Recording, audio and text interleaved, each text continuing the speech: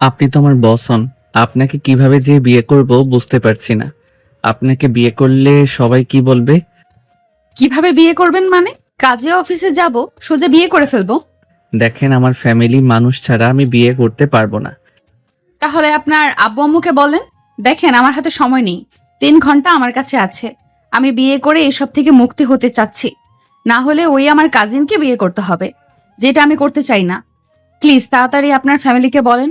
আরে ধ্যাত, হুট করে কি বলা যায় নাকি? বিয়ে কি খেলনা নাকি? উফ, তাহলে চলেন তো, পরে সবাইকে মানানো যাবে। আমরা ভালো থাকলে সবাই আমাদের মেনে নিবে। ম্যাম, আপনি অন্য কাউকে বেছে নেন। ঠিক আছে, তাহলে আপনি চাকরি হতে বের হইতে পারেন। আপনার জায়গা অন্য কাউকে দিয়ে দিচ্ছি। ম্যাম, আপনি বারবার ব্ল্যাকমেইল কেন করছেন? যখন দেখছেন আমার ফ্যামিলি আমার টাকায় চলে, তখন আপনি শুরু করে দিলেন। এত মানুষ থাকতে আমাকে কেন বিয়ে করতে চাচ্ছেন? আর আমি তো আপনার বয়সে ছোট। আপনার আমি ভালোই ছোট হব। এই এত কথা জানি না, হয় আমাকে বিয়ে করো, না হয় চাকরি থেকে বের হও। ম্যাম, আপনি তো বোঝেন আপনাকে আমি কিভাবে বউ হিসেবে দেখব। বললাম না এত কিছু জানি না। ও, তোমার না বোনের বিয়ে, সামনে টাকা পয়সার ব্যাপার আছে। তোমাদের বাসাটা ঠিক করার আছে, অনেক টাকার প্রয়োজন আছে। আমাকে বিয়ে করলে সব সুযোগ সুবিধা পাবে। এখন ভেবে দেখো কি করবে। ভালো লাগছে না ম্যাম, আমাকে বাদ দেন। দেখেন, অনেক এমপ্লয় আছে, তাদের বিয়ের প্রস্তাব দিলে 1 সেকেন্ডে রাজি হয়ে যাবে। ওরা আপনার জন্য ভালো হবে, আমার পক্ষে সম্ভব হচ্ছে না। আমার তোমাকে ভালো লাগছে, আমার মন বলে তুমি স্বামী হিসেবে অনেক ভালো হবে। আচ্ছা শোনো, তোমাকে আর একটা অফার দেই। আপাতত বিয়েটা করে নেই, তারপর তোমার ফ্যামিলিকে জানাবে সুযোগ বুঝে। আমার বিয়েটা করা খুব দরকার। দেখো, আর 2 ঘন্টা আছে। তুমি কি চাও তোমার বসের জীবনটা নষ্ট হোক? আমার জীবনটা নষ্ট হলে আমি সারা জীবন তোমাকে দোষারোপ করব। আমি সত্যি বুঝতে পারছি না কি করব। বিয়ের ব্যাপার যেটা সারা জীবনের প্রশ্ন, আপনার সাথে আমার কোনোভাবে যায় না। আমি গরিব ঘরের সন্তান, আর আপনি বড়লোক কোম্পানির মালিক। তুমি কি যাবে নাকি না? যদি যাও তোমার ভালো, আর যদি না যাও তাহলে আসতে পারো। আমাকে কিছু সময় দেন। আয়ান কথাটা বলেই নিজের কেবিনে চলে গেল। আয়ান চেয়ারে বসে ভাবতে লাগলো। কি করব? চাকরি গেলে এত ভালো চাকরি, স্যালারি পাবো না। সংসার চালাতে হিমশিম খেতে হবে। কি করা যায়? অনেকক্ষণ ভাবতে ভাবতে আয়নের মাথায় আইডিয়া চলে আসলো। আয়ন কেবিন থেকে বের হয়ে নদীর কেবিনে চলে গেল। নদী বলে, কি ভাবলে? আমি আপনাকে বিয়ে করতে রাজি। আপনি কি সত্যি আমাকে সাহায্য করবেন? বোনের বিয়ে খরচ দিতে পারবেন কি?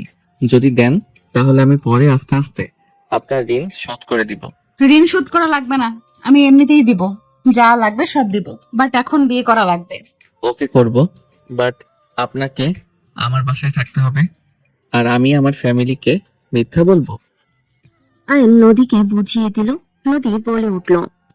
ওকে ডান, চলো। আয়ন নদীর সাথে যেতে লাগলো। আয়ন সোজা অফিস থেকে বের হয়ে গাড়িতে উঠে পড়ল নদীর সাথে। আয়ন নদী দুজন গাড়ি নিয়ে সোজা কাজী অফিসে চলে গেল। কাজী অফিসে গিয়ে দুজন বিয়ে করে নিল। আয়ন নদীর সাথে একসাথে বের হইল। আয়ান নদীর সাথে গাড়িতে উঠলে আয়ান বলে ওঠে, আপনার ফ্যামিলি জানলে কতটা রেগে যাবে আল্লাহ ভালো জানে। আপনার আব্বু আমাকে যদি মেরে ফেলে, আপনি দয়া করে আমার ফ্যামিলিকে দেখেন। আপনার জন্য এত বড় রিস্ক নিলাম। স্বামী হয়েছে, সেখানে স্ত্রী হিসেবে আমার তোমার প্রতি দায়িত্ব আছে তো। আমি স্ত্রী হয়ে স্বামীর ক্ষতি কিভাবে হতে দিব?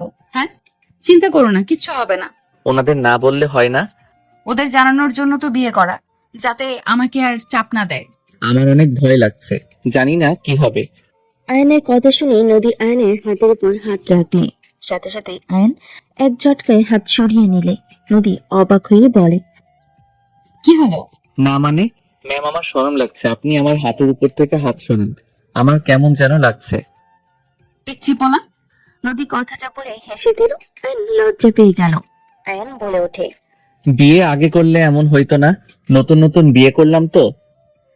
বুঝলাম। আমি তো আগে একবার বিয়ে করেছিলাম। ম্যাম, তা বলছি না, আমার একটু মানিয়ে নিতে সময় লাগবে।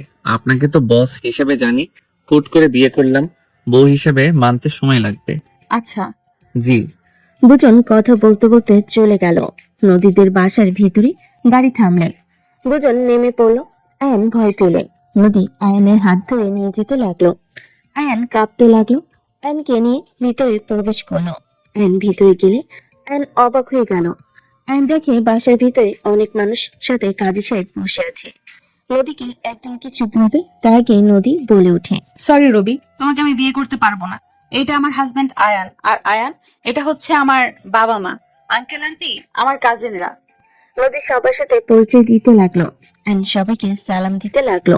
নদীর এক কাজিন বলে ওঠে, মাশাল্লাহ আপু, তুমি তো জিয়েছো। তোমার হাজবেন্ডকে তো হিরো মতো দেখতে। আমি তো ক্রাশ খেয়ে গেছি। মেয়েটার কথা শুনে মেয়েটার আব্বু রাগী লোক নিয়ে তাকাতেই মাথা নিচু করে ফেল। নদী হেসে বলে, আমার হাজবেন্ড দেখতে যেমন, তার মনটাও সুন্দর, তার ব্যবহার সব দিকে পারফেক্ট। নদী, ফান করার জায়গা না এটা। মজা না করে যাও, রেডি হয়ে আসো। নদী বিয়ের কাগজ ওর আব্বুর দিকে দিয়ে বলল। আমরা কেবল বিয়ে করে আসছি। নদীর আব্বু কাগজটা দেখে রেগে ছিঁড়ে ফেলতে যাবে, নদীর সাথে সাথে টান দিয়ে হাতে নিয়ে বলে, একদম না আব্বু, আমি এই বিয়ে মানি না। কিছু করার নেই, আমাদের তো বিয়ে হয়ে গেছে, এখন মানবে নাকি না সেটা তোমাদের ব্যক্তিগত ব্যাপার। এই ছেলে, তোমার কি যোগ্যতা আছে আমার মেয়েকে বিয়ে করার? তুমি তো আমার অফিসের এমপ্লয়ার, তাই না? জি স্যার। তোমার সাহস কি করে হয় সামান্য এমপ্লয়ার হয়ে আমার মেয়েকে বিয়ে করার? আব্বু একদম ওকে ধমক দিয়ে কথা বলবে না। আয়ন চলো রুমে যাই। নদী আয়নের হাত ধরে যেতে নিলে নদীর আব্বু রেগে বলে, খবরদার, তুমি রুমে যাবে না। দুজন এই বাসা থেকে বের হয়ে যাও। তোমাকে আমি মেয়ে হিসেবে ত্যায্য করে দিলাম। নদীর আব্বুর কথা শুনে নদী থমকে গেল। পিছনে ঘাড় ঘুরে তাকাতেই নদীর আব্বু বলে, বের হয়ে যাও। যাকে বিয়ে করছো না সেই তোমাকে বুঝিয়ে দিবে তাকে বিয়ে করে কত বড় ভুল করছো। আমাদের থেকে ওর ভালোবাসা বড় করে দেখছো না? চলে যাও, তাকে নিয়ে এখান থেকে বের হয়ে যাও। নদী, আব্বু কি বলছো? নদী আমাদের একমাত্র সন্তান, ও ভুল করতেই পারে। সেটারই জন্য তুমি ওকে ত্যায্য করবে মানে? মাথা খারাপ হয়ে গেছে নাকি? একদম চুপ, তুমি আসল কালপিট। মেয়েকে পর্যায়ে দিয়ে দিয়ে আছে এই অবস্থা করছো। এই বের হও, দুজন ভালোই ভালোই বের হও, না হলে গার্ড দিয়ে বের করে দেবো। স্যার আমরা ভুল করছি মানলাম, বাট স্যার এই জন্য আপনি আপনার মেয়েকে ত্যায্য করে দিবেন? স্যার বেয়াদবি মাফ করবেন। দেখেন স্যার, আপনার আমাকে পছন্দ না, আপনি আমাকে থাকতে দিয়েন না, তাই বলে নিজের মেয়েকে ত্যায্য করবেন? দেখেন, আমি যদি বড়লোক হইতাম, আমার অবস্থা ভালো থাকতো, তাহলে আমি আমার স্ত্রীকে নিয়ে এক সেকেন্ডও এখানে থাকতাম না। আমার বাসার যে অবস্থা, সেখানে উনি থাকতে পারবে না। এইটার জন্য প্লিজ ওনাকে বের করে দিবেন না।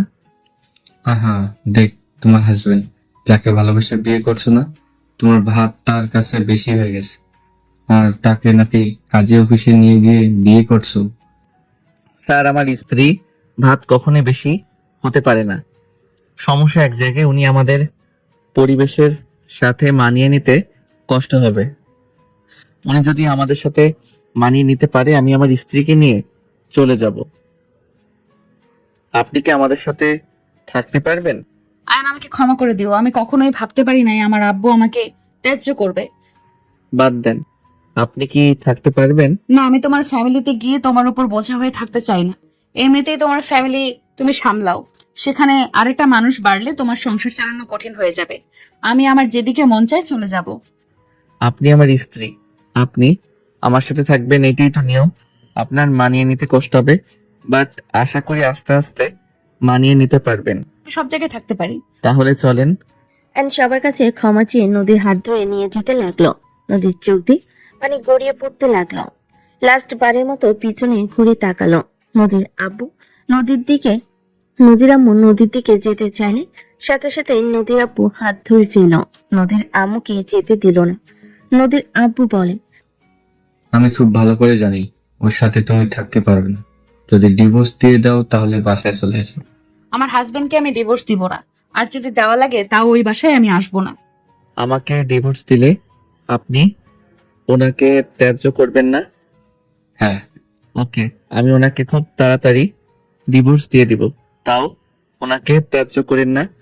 আয়ন দেখেন, আপনি যত আমার সাথে যান, আপনি ওইখানে আসলে থাকতে পারবেন না। আমি স্বামী হিসেবে আমার দায়িত্ব, আমার স্ত্রী কোথায় ভালো থাকবে তাকে সেইভাবে রাখা উচিত স্যার। আমি ওনাকে রেখে যাচ্ছি, আর আজকে বিয়ে করলাম, ডিভোর্স দিতে সময় লাগবে। আহা, আমি জানতাম এই ছেলে আমার সম্পত্তির জন্য তোমাকে ফাঁসিয়ে বিয়ে করছে। যখন দেখলো সবকিছু হাতছাড়া হয়ে যাচ্ছে, তখন এ উল্টা সুর করা শুরু করছে। আহা, দেখো কাকে বেছে নিয়েছো। আর আমি নিজেও জব নেব, তোমাকে আমার খরচ বহন করা লাগবে না, তুমি আমাকে শুধু থাকার জায়গা দিলেই হবে। আপনি আমার সাথে ওইদিকে আসেন। আইন নদীর হাত ধরে কিছুটা দূরে গিয়ে বলে, দেখেন, আপনি আমাকে বিয়ে করছেন ব্ল্যাকমেইল করে। আমাদের মাঝে একে অপরের প্রতি কোনো ভালোবাসা নাই। সারা জীবন একসাথে থাকতে পারবো কিনা জানি না। আর আপনি এত বড় বাড়ির মেয়ে, আমাদের বাড়িতে আপনি থাকতে পারবেন না? উদয় কেন আমার জন্য আপনি রাজপ্রাসাদ রেখে গরিবের ঘরে যাবেন? আর আমি আপনাকে বলেছিলাম আমার বোনের বিয়ের টাকা দেওয়ার কথা, আমি কর্জ নিতে চাইছিলাম। জাস্ট এইটাই। আপনাদের সম্পত্তির উপরে আমার কোনো লোভ নাই। আমি আমার বোনের বিয়ের টাকা অল্প অল্প করে জমাচ্ছি। উদয় আমার জন্য এই বাড়ি ছাড়ার কোনো প্রশ্ন আছে? যাই হোক, আমাকে বাসায় যেতে হবে। বাই, ভালো থাকবেন। আইন নদীকে কিছু বলার সুযোগ না দিয়ে আইন নদীর আব্বুর সামনে গিয়ে বলে, আমি চলে যাচ্ছি, আপনাদের মেয়ে আপনারা রাখেন। আর যত তাড়াতাড়ি পারি ডিভোর্স লেটার পাঠিয়ে দিব। ভালো থাকবেন। যাদের মনে কষ্ট দিয়েছি ক্ষমা করে দিবেন। আইন কথাগুলো বলে বের হয়ে গেল। নদী কিছু বলতে কেউ বলতে পারলো না। নদীর আব্বু হেসে বলে, এই তোমার ভালোবাসার মানুষ, সুযোগ বুঝে ভালো কাটে। চুপ করবে? কি ভাগছে, হ্যাঁ? ওই আমার কথা চিন্তা করে আমাকে রেখে গেছে। আর আয়ান আমার ভালোবাসার মানুষ না। আমি স্পষ্টভাবে বলছি আমি রবিকে বিয়ে করব না। আমি সারা জীবন ওনাকে বড় ভাই ভেবে এসেছি। আমি ওনাকে মরে গেলেও বিয়ে করব না। আর আয়ান কোনো লোভী ছিল না। আমি ওকে ব্ল্যাকমেল করে বিয়ে করেছিলাম। এত কিছুর পরও ওই ছেলেটা আমার কথা ভেবে আমাকে রেখে গেল। কোনো কিছু না জেনে কথা বলবে না। আর আব্বু, তোমাকেও চেনা হয়ে গেছে। আমাকে তেজ্যকন্যা করেছো, তাই না? আজকের পর থেকে আমি আর তোমাকে চিনি না। তোমাকে আমি কখনোই আব্বু বলবো না। নদী কথাগুলো বলে দৌড়ে চলে গেল। এদিকে আয়ন বাসায় গিয়ে গোসল করে খাটে পা ঝুলিয়ে নিচের দিকে তাকিয়ে চুপচাপ বসে থাকতে লাগলো। আয়নের আম্মু ভিতরে এসে বলে, কিছু হয়েছে আয়ান? এভাবে বসে আছিস? আসার পর থেকে আমার সাথে কারোর সাথে ভালোভাবে কথা বলছিস না। কই, কিছু হয় নাই। আমার মন বলছে কিছু একটাই হয়েছে। আমাকে খুলে বল কি হয়েছে। আয়নের আম্মু আয়নের কাছে বসে মাথায় হাত দিলে আয়ন বলে ওঠে, আচ্ছা আম্মু, যদি বিয়ে করি, বউকে কি তার বাপের বাড়িতে থাকার জন্য ডিভোর্স দেওয়া ঠিক হবে? আসলে বউ জামাই একে উপরে কোনো ভালোবাসা নাই, হুট করে বিয়েটা হয়ে গেছে। এখন কি করা উচিত স্বামীর? আয়নের কথা শুনে আয়নের আম্মু বেশ অবাক হয়ে গেল। আয়নের দিকে তাকিয়ে বলে ওঠে, মানে কি এইসবের? আমার ফ্রেন্ডদের সাথে এমন কিছু হয়েছে, ওই বুঝতে পারছে না কি করবে। ফ্রেন্ডের সাথে নাকি তোর সাথে হয়েছে? তোর চোখ মুখ বলছে এটা তোর সাথেই হয়েছে। আয়নর আম্মুর দিকে না তাকিয়ে বলে ওঠে, আম্মু, আমি কি করব? তুই বিয়ে করেছিস হুম। আমাদের না জানিয়ে?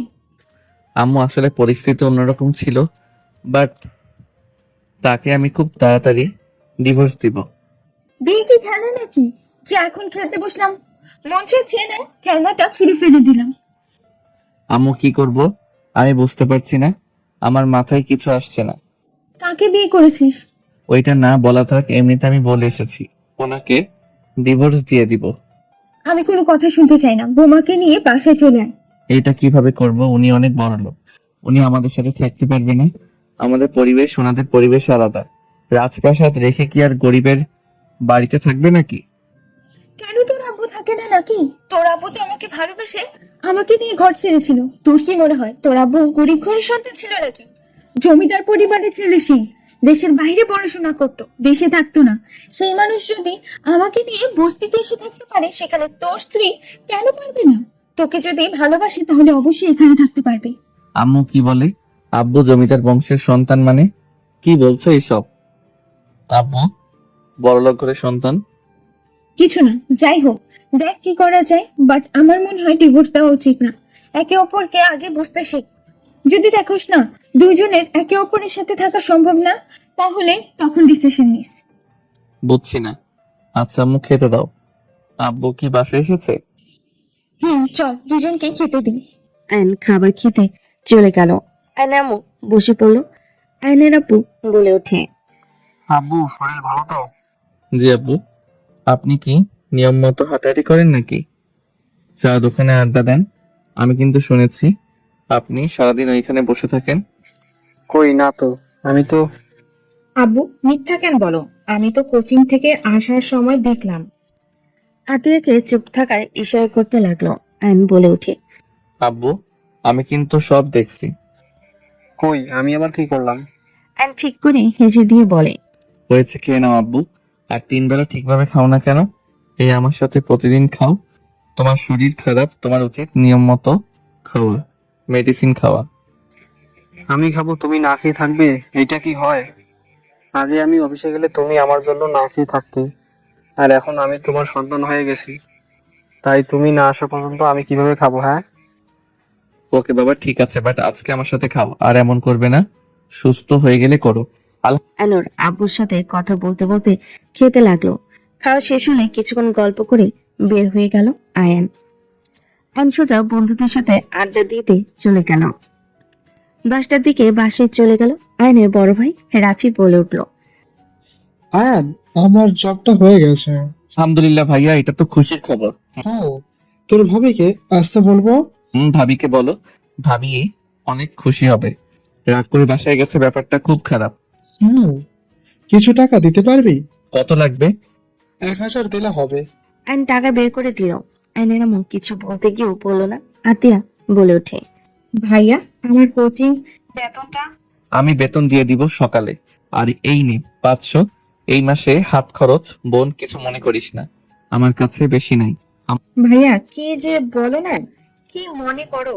তুমি আমাদের জন্য কত কিছু করছো এই বয়সে। 500 টাকায় আমার মাস চলে যাবে। আমি তো শুধু প্রতিদিন 10 টাকা করে খরচ করি। আমার কাছে এমনিতেই 200 টাকা বেঁচে যায়। আয়ন আতিয়ার মাথায় হাত বুলিয়ে দিল আর ওর আম্মুর দিকে তাকিয়ে বলে, আম্মু, আগামীকাল টাকা বের করে তোমাকে দিয়ে দিব। বাজার যা লাগে আর ঋণ কিছু টাকা দিয়ে দিও। আমার অনেক ঘুম পাচ্ছে, আর খাবো না। আয়ন হাত ধুয়ে পানি খেয়ে নিয়ে চলে গেল। আয়নের আম্মুর চোখের পানি গড়িয়ে পড়তেই মুছে নিল। আয়নের আম্মু কি চুপচাপ রুমে চলে গেল। আয়ন রুমে গিয়ে ঘুমিয়ে গেল। সকালে ঘুম ভাঙতেই আয়ন উঠে ফ্রেশ হয়ে অজু করে নামাজ পড়তে চলে গেল। নামাজ পড়ে বাসায় চলে আসলো। বাসায় আসলে আয়ন রুমে গিয়ে ফ্রেশ হয়ে রেডি হয়ে নিল। সবার সাথে খাবার খেয়ে বের হয়ে গেল। ফোন থেকে টাকা বের করে আতের কোচিং বিল দিয়ে দিল। বাসায় গিয়ে ওর আম্মুর হাতে 10,000 টাকা দিয়ে অফিসে চলে গেল। অফিসে গিয়ে কাজ করতে লাগলো।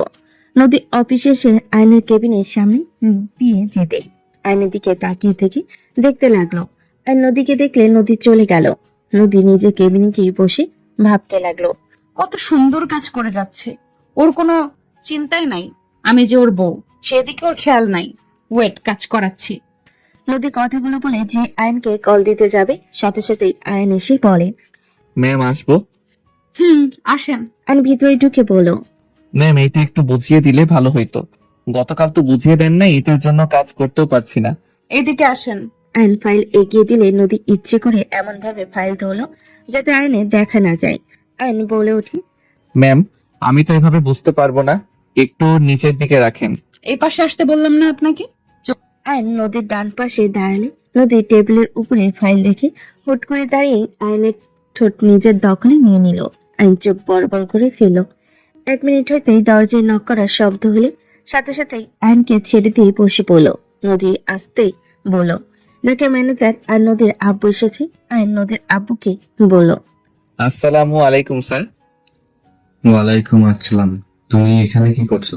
জি, এই ফাইলটা আমি বুঝতে পারছি না। যাও এখান থেকে। চৌধুরী সাহেব, আপনি ওইখানে বসেন, আমি ওনাকে কাজ বুঝিয়ে দিচ্ছি। আমি বলছি না তোমাকে বের হয়ে যেতে বের হও এখান থেকে, আর সোজা অফিস থেকে বের হয়ে যাবে। তোমাকে এই অফিসে যেন না দেখি। স্যার, বেয়াদবি মাফ করবেন। স্যার, হুট করে কিভাবে চাকরি ছেড়ে দিব? আমাকে তো কিছু সময় দিতে হবে। কোনো সময় নেই, বের হইতে বলছি, বের হও। আয়ান, তুমি যাও, আমি দেখছি। আয়ন বের হয়ে গেল আর নিজের কেবিনে গিয়ে মাথায় হাত দিয়ে ভাবতে লাগলো। উফ, কি যে ঝামেলার মাঝে পড়লাম না। এভাবে চাকরি ছেড়ে দিলে তো কোনো চাকরি পাবো না। আয়ন টেনশন করতে লাগলো। এদিকে ম্যানেজার নদীর আব্বুকে বলল, স্যার, ছেলেটা সৎ, ভালো মেধাবী। এই অফিসে ওই একমাত্র যে নিয়মিত কাজ করে। কোনো কাজের ফাঁকিবাজি দেয় না। ওর জন্য তো খান গ্রুপের সাথে আমরা ডিলটা নিতে পারছি। ওই চলে গেলে এমন ভালো এমপ্লয়ি পাবেন না। আমার দরকার নেই, দরকার হলে আমি লস করব, তারপরও ওই ছেলেকে এখানে দেখতে চাই না। স্যার আপনার মাথা গরম হয়ে আছে। স্যার আপনি ঠান্ডা মাথায় থাকেন। স্যার আপনি জানেনও না আয়ানকে এমপ্লয়ি হিসেবে রায়হান খান নেওয়ার জন্য এক পায়ের উপরে দাঁড়িয়ে আছে। আমাকে ঘুষ দিয়েও নিতে চাইছিল, আমি স্পষ্ট না করে দিয়েছি। আমরা বের করে দিলে ওরা নিয়ে নিবে, দরকার হলে পেমেন্ট আরো বাড়িয়ে নিবে। বোঝার চেষ্টা করেন। এইসব কথা তো আগে আমাকে বলো নাই। বললে আপনি রেগে যাবেন, তাই আর বলি নাই। আর এইসব বিষয়ে না বলাই ভালো মনে করছি। ওকে, ওই ছেলেটাকে নদীর আশেপাশে যেন না দেখি। কাজ করবে, কাজ শেষে বাসায় চলে যাবে। হঠাৎ কি হলো? আপনি এত রেগে যাচ্ছেন কেন? আর আয়ান সাহেব তো ম্যামের থেকে সব কাজ বুঝে নেয়। উনি তো ম্যামের অনেক কাজ করে দেয়। যদি তার সাথে যোগাযোগ না করে তাহলে কিভাবে কি হবে?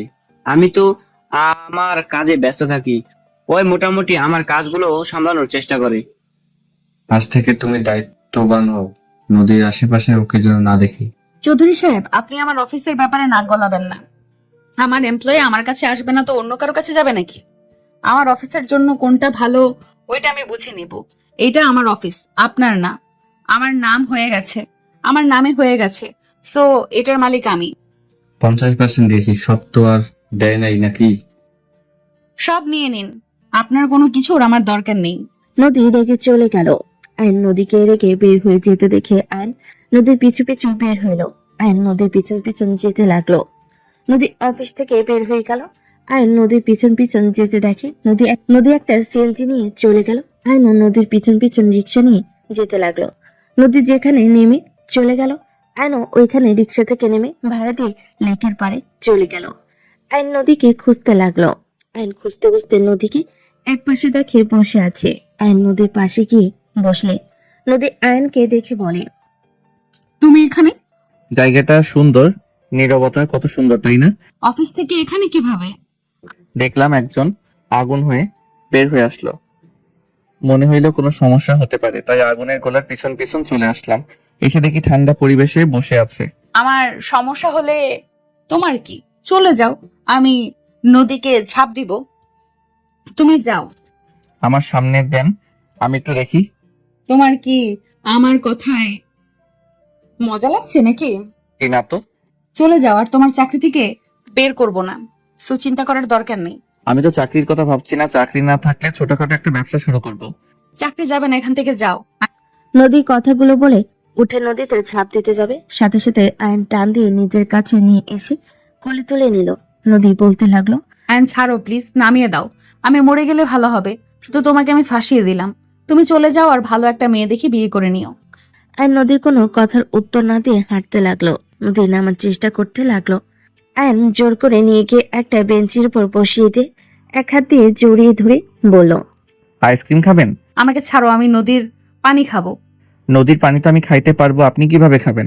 মানে? মানে নদীর ভালোবাসা আদর আমি খেতে পারবো, আপনি তো পারবেন না। কি বলতে চাচ্ছো? যা বললাম ঠান্ডা মাথায় ভাবেন, বুঝতে পারবেন। এখন মানে বোঝালে থাপ্পড় খাইতে পারি। ওয়েট করে আইসক্রিম নিয়ে আসছি, দেখেন ওইদিকে গেলে কিন্তু খবর আছে।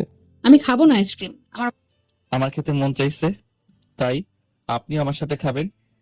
আয়ন কথাটা বলে চলে গেল। দুইটা আইসক্রিম কিনে দৌড়ে নদীর কাছে আসলো। নদী আয়নের দিকে না তাকিয়ে কান্না করতে লাগলো। আয়ন নদীর পাশে বসে আইসক্রিমটা অল্প খুলে ওর মুখের সামনে ধরলো। নদী খাইতে না চাইলে আয়ন বলে ওঠে, একটু খেয়ে দেখেন কেমন লাগে। ভালো লাগছে না। আয়ন ওর বাহুর সাথে জড়িয়ে নিয়ে আইসক্রিম মুখে দিতে নদী খেতে লাগলো আর কান্না করতে লাগলো। আয়ন নদীর কপালে চুমু দিয়ে বলে, কান্না করেন না, দেখি আমি কিছু করতে পারি কিনা। অন্য জায়গায় চাকরি নেওয়ার প্রস্তুতি নিতে হবে, ওখান থেকে পেমেন্ট ভালো হইলে আমি আপনাকে নিয়ে চলে যাব। আমাদের কোম্পানির লসে ফেলবে নাকি? আমি কেন লস করাবো? তো অন্য জায়গায় জব নিতে চাচ্ছ কেন? দেখেন, আপনার আব্বুর কোনো ভরসা নাই। আজ হয়তো ম্যানেজার আমাকে বাঁচিয়ে নিবে বা আমার চাকরি থেকে বের করে দিবে। সেখানে আমার তো চাকরি দরকার, তাই না? অন্য জায়গায় চেষ্টা করি, হয়ে গেলে আপনার আব্বু আমাকে আর হুমকি দিতে পারবে না। আর ভালো এমন পাইলে আপনাকে নিয়ে আসতে পারবো। আশা করা যায় আস্তে আস্তে আপনি আমাদের সাথে মানিয়ে নিতে পারবেন। আমি এখন যাব। এখন যাবেন? হুম। চাকরিটা চলে যেতে পারে, তাই আগে নিচ্ছি না। অন্য জায়গায় আগে ঠিক হোক, আর আম্মুকে আপনার ব্যাপারে বলেছি। আম্মু বলছে আপনাকে নিয়ে যেন বাসায় আসি। তোমার আম্মু রেগে যায় নাই? হয়তো কষ্ট পেয়েছে, বাট তারপরও আমাকে বলছে আপনাকে নিয়ে যেতে। আর আব্বু, ভাইয়া, ভাবি, বোন কেউ আপনার ব্যাপারে জানে না। ও আচ্ছা, আমি তোমার আম্মুর সাথে দেখা করতে যাব। অন্য এক সময় নিয়ে যাব। আইসক্রিমটা খান। আর নদীকে আইসক্রিম দিয়ে নিজেরটা খেতে লাগলো। খাওয়া শেষ হলে দুজন কথা বলতে লাগলো। আয়নের সাথে কথা বলতে বলতে নদীর মনটা অনেকটাই হালকা হয়ে গেল। ফুচকা খাবেন কি? বাট এখানে তো ফুচকা নাই। চলেন, এখন থেকে কিছু দূর গেলে রাস্তার পাশে আসে। চলেন। তুমি কিভাবে জানলে? তুমি কি আগে কোনো মেয়েকে নিয়ে গেছো নাকি? ধ্যাত, কি বলেন, চলেন। আর নদীকে নিয়ে যেতে লাগলো আর টুকটাক কথা বলতে লাগলো। আর নদীকে নিয়ে ফুচকা স্টলের সামনে দাঁড়িয়ে ফুচকা অর্ডার দিল। দুজন পাশের চেয়ারে বসে থেকে কথা বলতে লাগলো। আইন দুষ্টামি করে আইনকে মারতে লাগলো। আইন হাসতে লাগলো। হঠাৎ করে আতিয়ার চোখ পড়ে। আতিয়ার এই পাশে এসে আইনের সামনে দাঁড়িয়ে বলল, এই মেয়েটাকে আতিয়াকে দেখে আইন চমকে উঠলে। আইন উঠে দাঁড়িয়ে বলল, ইয়ে মানে, ইয়া মানে কি? এই মেয়ে তুমি কে? আয়ানকে চেনো নাকি? আপনি কে হন? ওর বউ হয়। নদীর কথা শুনে আতিয়া চোখ বড় বড় করে তাকালে। আইন আতিয়ার হাত ধরে পাশের চেয়ারে বসিয়ে দিয়ে বলল, বোন আমার শান্ত হয়ে বসে। ফুচকা না পছন্দ করো, নে ফুচকা খা। এইসব দিয়ে আমাকে ভুলিয়ে লাভ নেই। তোমার গার্লফ্রেন্ড তো চালু খুব, সোজা বউ বলে দাবি করেছে। আয়ান কে মেয়েটা? নদী রেগে আয়নের দিকে তাকাতেই আয়ন বলে ওঠে। আমার ছোট বোন। নদী ঢোক গিলতে লাগলো। নদী আয়নকে সরিয়ে দিয়ে বলল, মাশাআল্লাহ, আমার ননদটা তো অনেক কিউট। দেখেন আপু, আমাকে ননদ বলবেন না। আপনি আমার ভাই, বউ হন নাই। আর আপনাকে আমার ভাই কিভাবে পটালো? আমার কেমন যেন লাগছে। আপনি তো দেখতে অনেক সুন্দর, দেখতে তো মনে হচ্ছে বড় লোক। আমি বড়লোক না, আমি ওর অফিসে জব করি।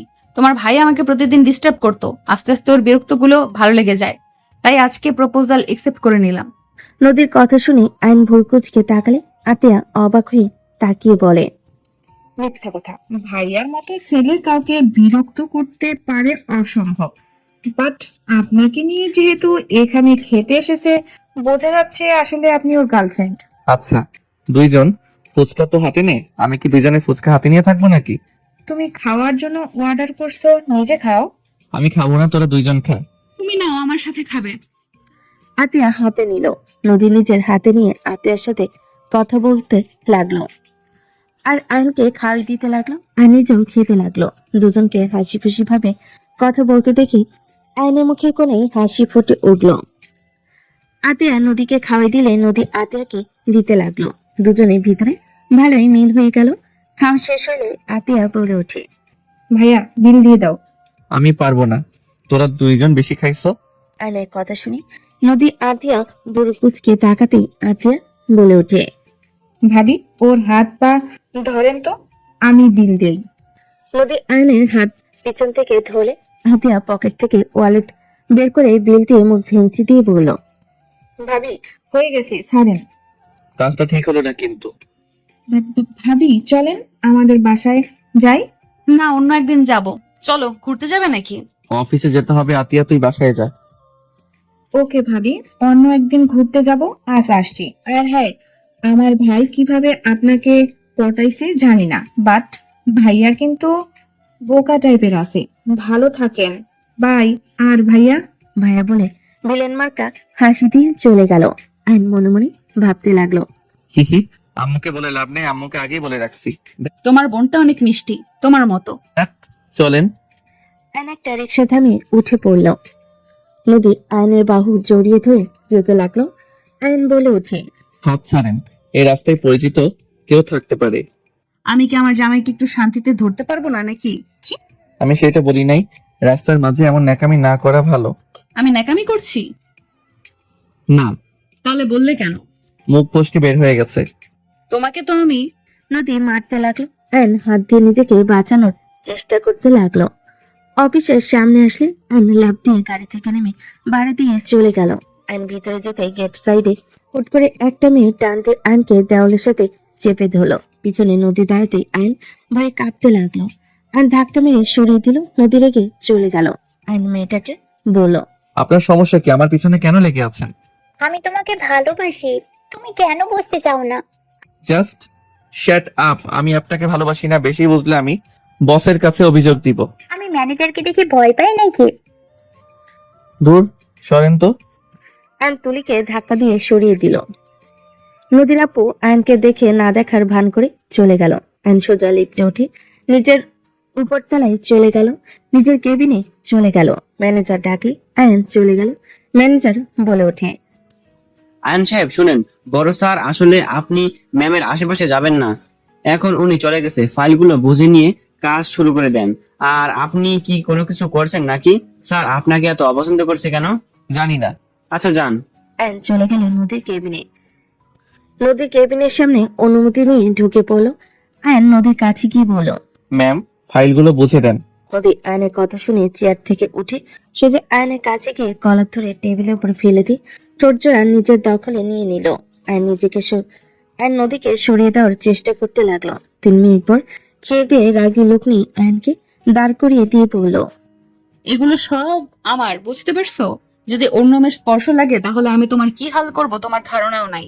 মাথায় রাখবে, আমার হক যদি নষ্ট করো আমি তোমাকে খুন করে নিজেকে শেষ করে দিব। আয়ন নদীকে এভাবে রেগে যেতে দেখে হাসি আসতে লাগলো। নদী রেগে বলে ওঠে, ওই হাসো কেন? আমি সিরিয়াস হয়ে কথা বলছি। ওই হাসছি? আমি হাসছি না তো। গুড। আর ওই মেয়েটার আশেপাশে যেন না দেখি। ওকে। বসো। নদী চেয়ার টেনে দিলে আয়ন বসে পড়লো। আয়নকে নদী ফাইলগুলো বুঝিয়ে দিতে লাগলো। আয়ন মনে মনে হাসতে লাগলো। নদী বুঝিয়ে দেওয়া শেষ হলে আয়ন বলে, ওকে ম্যাম, তাহলে আমার কাজ করি। যাও। আয়ন উঠে চলে যেতে নিবে। নদী হুট করে আয়নের হাত ধরে সামনের দিকে ঘুরিয়ে শক্ত করে জড়িয়ে ধরে বলল, আয়ান, আমি জানি তুমি আমাকে ভালোবাসো না, কিন্তু আয়ান তুমি আমার হাজবেন্ড হও। বিয়েটা হয়তো আমার ব্ল্যাকমেইলে করেছো, কিন্তু বিয়ে যেমন ভাবেই হোক না কেন, বিয়েটা তো আর মিথ্যা না। তোমাকে আমি মন থেকে আমার স্বামী হিসেবে গ্রহণ করেছি। আমি তোমাকে অন্য কারোর সাথে সহ্য করতে পারবো না। আমি তোমাকে ভালোবাসতে শুরু করেছি। আমার পক্ষে কোনোভাবে সম্ভব না তোমাকে অন্য কারোর সাথে দেখা। নদী কথাগুলো বলে কান্না করতে লাগলো। আয়নের শার্ট ভিজে যেতে লাগলো। আয়ন নদীর দিকে তাকিয়ে বলল, কান্না করেন কেন? আমি আপনার হাজবেন্ড, আমাকে আপনি ভালোবাসবেন, আমি আপনাকে বাসবো, এটাই। তৃতীয় ব্যক্তি কেন আসবে আমাদের মাঝে, এসব নিয়ে চিন্তা করেন না। আয়ন নদীর চোখের পানি মুছিয়ে দিতে লাগলো। কপালে চুমু দিয়ে সান্ত্বনা দিয়ে ফাইল নিয়ে চলে গেল। আয়ন ওর কেবিনে বসে কাজ করতে লাগলো। নদী আয়নকে দেখার জন্য মাঝে মাঝে কেবিন থেকে বের হয়ে আয়নকে দেখে চলে যেতে লাগলো। নদী চেয়ারে বসে ভাবতে লাগলো।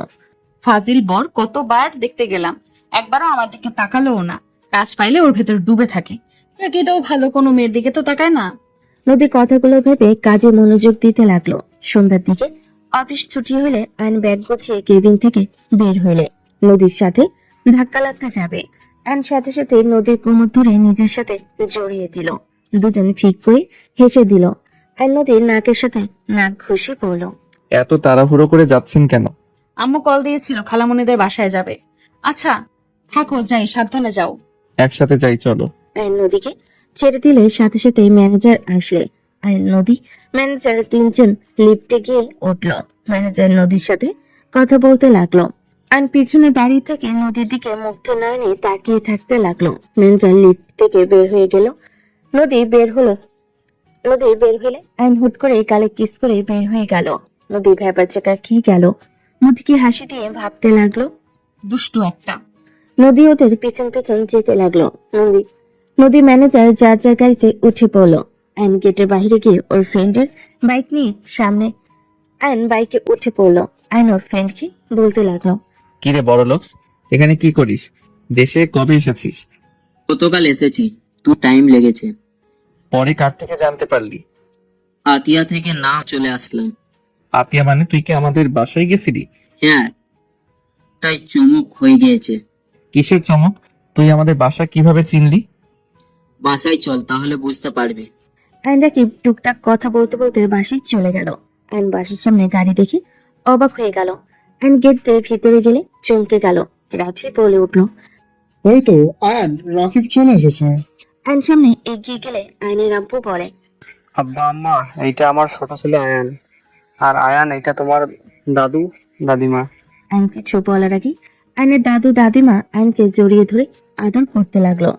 আইন অবাক হয়ে সবার দিকে তাকিয়ে আছে। আইনের দাদিমা দাদু ছেড়ে দিলে আইনের বড় চাচি এসে জড়িয়ে ধরে কুশল বিনিময় করলো। আইনর আব্বুর দিকে তাকাতেই আইনের আব্বু বলল, আমি জানি তোমার মনে অনেক প্রশ্ন জমা হয়ে যাচ্ছে। আমি তোমাকে বলছি, আমি তোমার আম্মুকে নিয়ে পালিয়ে বিয়ে করছিলাম। আমার ফ্যামিলির কেউই মেনে নেয় না। আমি উপায় না পেয়ে তোমার আম্মুকে নিয়ে এই শহরে চলে আসি, আর কখনো তাদের সাথে যোগাযোগ করি নাই। ওনারা আজ হুট করে এখানে চলে এসেছে। আমাদের অনেক খোঁজ খবর নিয়ে এখানে একজনের মাধ্যমে জানতে পারে তাকে 10 লাখ টাকা পুরস্কার করা হয়েছে। ও আচ্ছা। তো আর আমাকে অগ্রজ বললে তুই না, তুই আমার মেজো চাচার ছেলে, আমার চাচাই ভাই হোস। ও, তো আপনারা বসেন, দাঁড়িয়ে আছেন কেন? বসেন।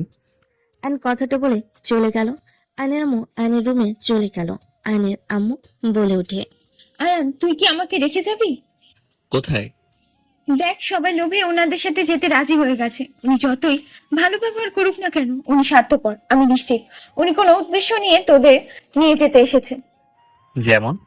ওনাদের সাথে শত্রুতা আছে চৌধুরী বাড়ির সাথে। আমি নিশ্চিত তোদের এখন এই জন্যই দরকার। তোরা দুই ভাই রাকিব যদি একজোট হস তাহলে ওরা ওনাদের ক্ষতি পারবে। তোরা দুই ভাই রাকিব যদি একজোট হস তাহলে ওরা ওনাদের ক্ষতি করতে পারবে না। ওনার হাতে পাওয়ার থাকবে, মানে বুঝতে পারছিস কি? তো তুমি যাবে না?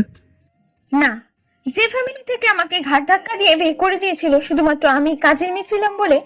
কি? হ্যাঁ, আমাকে ঘাট ধাক্কা দিয়ে বের করে দিয়েছিল। তোর আব্বু মিথ্যা বলছে। তোর আব্বুকে ত্যায্য পুত্র করে দিয়েছে। আইনর আম্মুর কথা শুনে রাগে হাত মুঠো করে ফেল।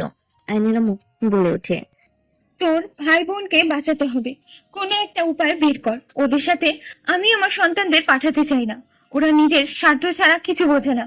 আগে তোর আব্বুকে গোলামের মতো খাটিয়েছে, এখন আবার আমার সন্তানদের খাটানো শুরু করবে। আমি বেঁচে থাকতে হতে দেব না। আব্বু তো লন্ডন ছিল। ওইখানে ওদের কোম্পানি আছে। ওইখানে পড়াশোনার পাশাপাশি তোর আব্বু চাচু কোম্পানিও দেখাশোনা করতো। তোর আব্বুকে নাকি অনেক ভালোবাসে, অথচ আমাকে বিয়ে করেছিল বলে মারধর থেকে শুরু করে সব করেছে। আমার উপর অত্যাচার করছে। আমি আমার উপরে হওয়া অত্যাচারের কথা ভাবি না। তোর আব্বু এই বয়সে হার্টের সমস্যা, এই জন্য হয়েছে। ওর বাবা মায়ের ব্যবহার মেনে নিতে পারছিল না। ওই মনে অনেক বড় আঘাত পায়। আজ সবকিছু ভুলে যাচ্ছে শুধুমাত্র তোদের জন্য, যাতে তোরা ভালো থাকিস। এই অভাব তোদের জীবন থেকে দূর হয়ে যায়। চিন্তা করো না, দেখা যাক কি হয়। আর কান্না করো না তো আম্মু। তুই বুঝতে পারছিস না ওরা কতটা ভয়ঙ্কর। নিজের স্বার্থের জন্য নিজের সন্তানকেও খুন করে ফেলতে পারে। আম্মু চিন্তা করো না তো, দেখা যাক কি হয়। তুমি যাও, আমি ফ্রেশ হয়ে আসছি। আর হ্যাঁ, চোখের পানি মুছো। আব্বুকে দেখো কত খুশি। আব্বুর খুশিটা নষ্ট করে দিও না আম্মু। আইন কথাটা বলে চলে গেল। আইন ফ্রেশ হয়ে বের হলে আইনের দাদু বলে, আয়ান দাদু ভাই, যাও রেডি হয়ে নাও। হ্যাঁ, আমাদের বের হতে হবে। আমার ছেলে মেয়ে কেউ যাবে না। রাহেলা, অতীত নিয়ে পড়ে থাকলে চলবে না। দেখো, আম্মা আব্বা তো তোমার কাছে ক্ষমা চাইলো, তারপরও কি তুমি যাবে না? আম্মু এমন কেন করছো? আম্মা, চলেন না, রাগ করে থেকে লাভ আছে। অতীতে যা হবার হয়েছে, এইসব নিয়ে পড়ে থাকলে চলবে নাকি? সবাই আইনের আম্মুকে জোর করতে লাগলো। আইনুর আম্মুর কাঁধে হাত দিয়ে বলে, আম্মু চলো, রাগ করো না। তুইও বলছিস? চলো, আমার উপরে বিশ্বাস রাখতে পারো। আইনুর আম্মুকে বুঝাতে লাগলো। বোঝানোর পর ওরা যেতে রাজি হয়ে গেল। সবাই রেডি হয়ে ব্যাগ গুছাতে নিল। আইন বলে ওঠে, আমি তো যেতে পারবো না, আপনারা যান। তুই এখানে একা থাকবি না? হ্যাঁ, আমার অফিসে অনেক কাজ আছে। কোন অফিসে কাজ করো? ওইটা অজানা থাক। আইন সবাইকে বিদায় দিয়ে দিল। আইন খাবার খেয়ে রুমে গিয়ে ঘুমিয়ে গেল। 1 মাস পর তুলি আইনের দিকে এগিয়ে যাচ্ছে। আইন বলতে লাগলো, আমাকে যেতে দেন। দেখেন, আপনি কিন্তু কাজটা ঠিক করছেন না। এমন সুযোগ আর কখনো পাবো না। সুযোগের সদ্ব্যবহার করা উচিত। তুমি আমার আজকে হয়ে যাবে, না হয় তুমি সবার সামনে নিজের শরীরে কলঙ্কের দাগ বসিয়ে নেবে। দেখেন, আপনি যেটা করতে চাচ্ছেন সেটা মোটেও ঠিক না। সেটা আমি বুঝে নিব। তুমি কেমন ছেলে, হ্যাঁ, যে এমন হট মেয়ে তোমার চোখের সামনে দেখেও কাজে লাগাচ্ছ না? আপনি একটা ফালতু মেয়ে। আপনার মতো জঘন্য মেয়ে একটাও দেখি নাই। আমাকে মিথ্যা বলে এখানে ডেকে নিয়ে এসেছেন। আয়নার কিছু বলতে যাবে তুলি কারোর আসার শব্দ শুনে তুলি নিজের জামা ছিঁড়তে ছিঁড়তে বলতে লাগলো, আয়ান, আমার এমন সর্বনাশ করো না প্লিজ, আমায় দয়া করে ছেড়ে দাও। আয়ন তুলির কাছে গিয়ে কিছু বলতে তার আগে দরজা খুলে সবাই ভিতরে ঢুকতেই তুলি আয়নকে ধাক্কা দিয়ে খাটের উপর ফেলে দিয়ে কান্না করতে করতে দৌড়ে গিয়ে নদীকে জড়িয়ে তোলো। আয়নকে ম্যানেজার এসে সজরে খুশি মেরে বলে, ছি, তোকে তো ভালো ছেলে ভেবেছিলাম, আর তুই কি না, ছি, ভাবতে ঘৃণা হচ্ছে। বস ঠিক তোকে চিনে বস ঠিক তোকে চিনেছিল। আমি জোর করে তোকে চাকরিতে রেখেছিলাম, আর যদি না রাখতাম তাহলে এমন কিছু হতো না। স্যার আপনি আমাকে আয়ন কিছু বলবে তার আগে কয়েকটা এমপ্লয়ি এসে আয়নকে মারধর করতে লাগলো, তুলিকে নিয়ে যেতে লাগলো। নদী আয়নের দিকে তাকিয়ে থাকতে লাগলো। নদী সবাইকে বলে উঠলো, সবাই ছাড়েন, ঘাট ধাক্কা দিয়ে বের করে দেন। ও হ্যাঁ, ছাড়েন আয়ন সাহেব, ফাইলগুলো নিয়ে এসে আমার কাছে দিয়ে যান। নদী কথাগুলো বলে চলে গেল। আয়ন নদীকে কিছু বলতে গিয়েও বলতে পারলো না। আয়ন ওর থাকার রুমে চলে গেল। আয়ন ফাইলগুলো নিলে একজন বলে ওঠে, তাড়াতাড়ি যা লুচ্চা, বের হ, না হলে আরো মার খাবি। আয়ন কিছু না বলে ফাইল নিয়ে নদীর রুমের সামনে গেল। আয়নের হাতটা কাঁপতে লাগলো। আয়ন ভিতরে প্রবেশ করলে দেখে নদীর চোখ বয়ে পানি গড়িয়ে পড়ছে। আয়ন নদীর সামনে গিয়ে চোখের পানি মুছতে যাবে, সাথে সাথে নদী রেগে ঠাস ঠাস করে গালে থাপ্পড় মেরে বলল, এত যদি তোর আদর খেতে ইচ্ছে করে আমাকে একবার এসে বলতে পারতি। আমি তো তোর বউ, আমি কি তোকে আদর করতাম না? তুই কোন হিসাবে ওই মেয়েটার সাথে এমন কাজ করলি? তোর থেকে এমন কিছু আমি কোনোদিন আশা করি নাই। আব্বু ঠিক বলছে, আসলে তোর ভেতরে অনেক সমস্যা আছে। তোকে হাজারবার বলার পরও তুই সেই তুলির সাথে নোংরামি করলি। কেন করলি এমন বল? নদী আয়নের কলার ধরে কান্না করতে লাগলো। আয়ন নদীকে ধরে তুলতে যাবে, নদীর সাথে সাথে ধাক্কা দিয়ে সরিয়ে দিয়ে বলে, ফাইলগুলো রেখে বের হয়ে যা। তোকে যেন আর কোনোদিন আমার চোখের সামনে না দেখি। তুই আসলে যে রূপ দেখাস সেই রূপ তোর আসল রূপ না। তুই আসলে নোংরা মন মানসিকতার মানুষ। তোকে আমি লয়াল সৎ দেখি তোকে ভালোবেসেছিলাম, কিন্তু এখন তো তোর আসল রূপ সামনে চলে আসলো। শোন, ডিভোর্স লেটার পাঠিয়ে দিস। তুই তো বলছিস পাঠিয়ে দিবি, দিস। আমার আর কোনো আক্ষেপ নেই, আমি অনেক খুশি হব। আমি তোমাকে কিছু বললে তুমি আমাকে বিশ্বাস করবে না আমি জানি, তাই আমি কিছু বলতেও চাই না। হ্যাঁ, আমি আসলে খারাপ, তোমার যেটা ভালো লাগে সেটাই ভাবো, কিন্তু আমি স্বামী হিসেবে সবসময় চেষ্টা করব তোমার বিপদে পাশে থাকার। আমি কখনোই তোমাকে বিপদে রেখে চলে যাব না। আমি তোকে আমার আশেপাশেও দেখতে চাই না। দয়া করে নাটক করিস না। তো এখান থেকে যা, না হইলে আমি নিজেকে শেষ করে দিব। আয়ন কিছু বলতে যাবে, তখন তুলি রুমে চলে আসলো। আয়ন তুলিকে দেখে রাগে সজরে থাপ্পড় মেরে দিল। তুলি নিজের কন্ট্রোল হারিয়ে পড়ে গেলে আয়ন বলে ওঠে, আমি কোনোদিন কোনো মেয়ের গায়ে হাত তুলি নাই, আজ তোর গায়ে হাত তুলতে বাধ্য হইলাম। তুই কাজটা ঠিক করলি না। সত্যি কখনোই চাপা থাকে না, একদিন ঠিক সত্যিটা বের হবে। ম্যাম দেখছেন, আমার এত বড় ক্ষতি করতে গিয়ে পারে নাই, দেখে আমাকে থাপ্পড় মারছে। আমার চোখে পানি ঝরিয়েছস, জীবনে তুই সুখী হতে পারবি না। আমি বলে দিলাম, ভালো থাক, আর ম্যামের কানে বিষ ঢালা বন্ধ করিস। আয়ন কথাগুলো বলে চোখের কোণার পানি মুছতে মুছতে চলে গেল। 5 বছর পর। দাদু ভাই কেমন আছো? আলহামদুলিল্লাহ, আপনি কেমন আছেন? আর এই শরীর নিয়ে এয়ারপোর্টে কি করছেন? আমার দাদু ভাই দেশে এসেছে, আর আমি কিনা আমার দাদু ভাইকে রিসিভ করতে আসবো না, তা কি হয়? ধন্যবাদ। আয়ান কেমন আছো? আয়নর আব্বুকে জড়িয়ে ধরে কুশল বিনিময় করলো। 3 জন গাড়িতে উঠে পড়লো। 3 জন কথা বলতে বলতে চলে গেল। গ্রামে যেতে 4 ঘন্টা লাগে। গ্রামের ভিতরে ঢুকতেই স্কুল ঘরের কাছে মানুষের ভিড় দেখে 3 জন গাড়ি থেকে নেমে পড়লো। আয়ন বলে ওঠে, আপনার এখানে দাঁড়ান, আমি দেখছি। আয়ন ভিড় ঠেলে ভিতরে ঢুকতেই আয়ন চমকে গেল। আয়ন দৌড়ে গিয়ে রায়হান খানকে ধরে বলল, আম্মু কি হয়েছে আপনার? চাচু চোখ খুলেন। আয়নর চাচুকে কোলে তুলে নিয়ে গাড়িতে তুললো। আয়নের আব্বু দাদু তাড়াতাড়ি করে গাড়িতে উঠে পড়লো। হসপিটালে দিকে যেতে লাগলো। আয়নের চাচুকে হসপিটালে ভর্তি করিয়ে দিল। আয়নের দাদু কান্না করতে করতে বলতে লাগলো, আমার ছেলেকে একা পেয়ে ওরা কি হাল করেছে? আমার ছেলে কি ক্ষতি করেছে ওদের? এভাবে ওরা আমাদের ক্ষতি করে, আর তুই বলস আমি ইচ্ছে করে ঝামেলা করি? দেখ তোর ভাইয়ের কি অবস্থা। আব্বা কান্না থামান, ভাইয়ের কিছু হবে না, ঠিক হয়ে যাবে।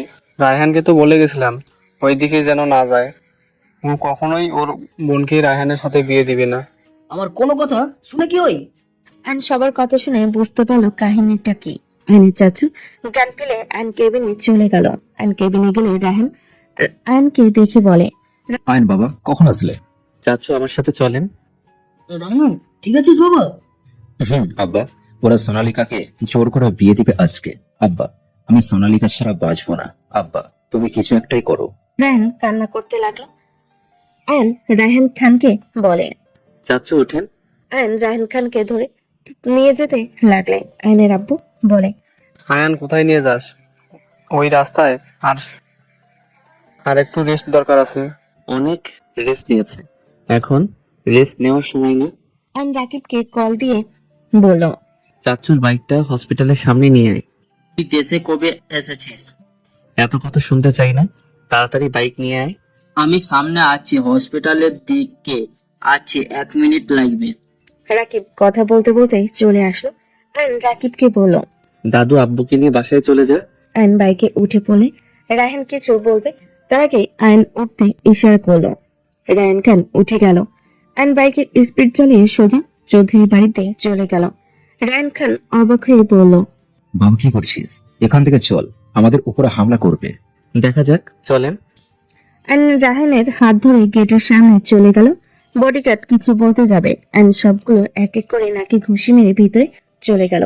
রায়হান খান অবাক হয়ে তাকিয়ে আছে। আয়ন সবার সাথে ফাইট করতে লাগলো। রায়হান খানও যেতে লাগলো।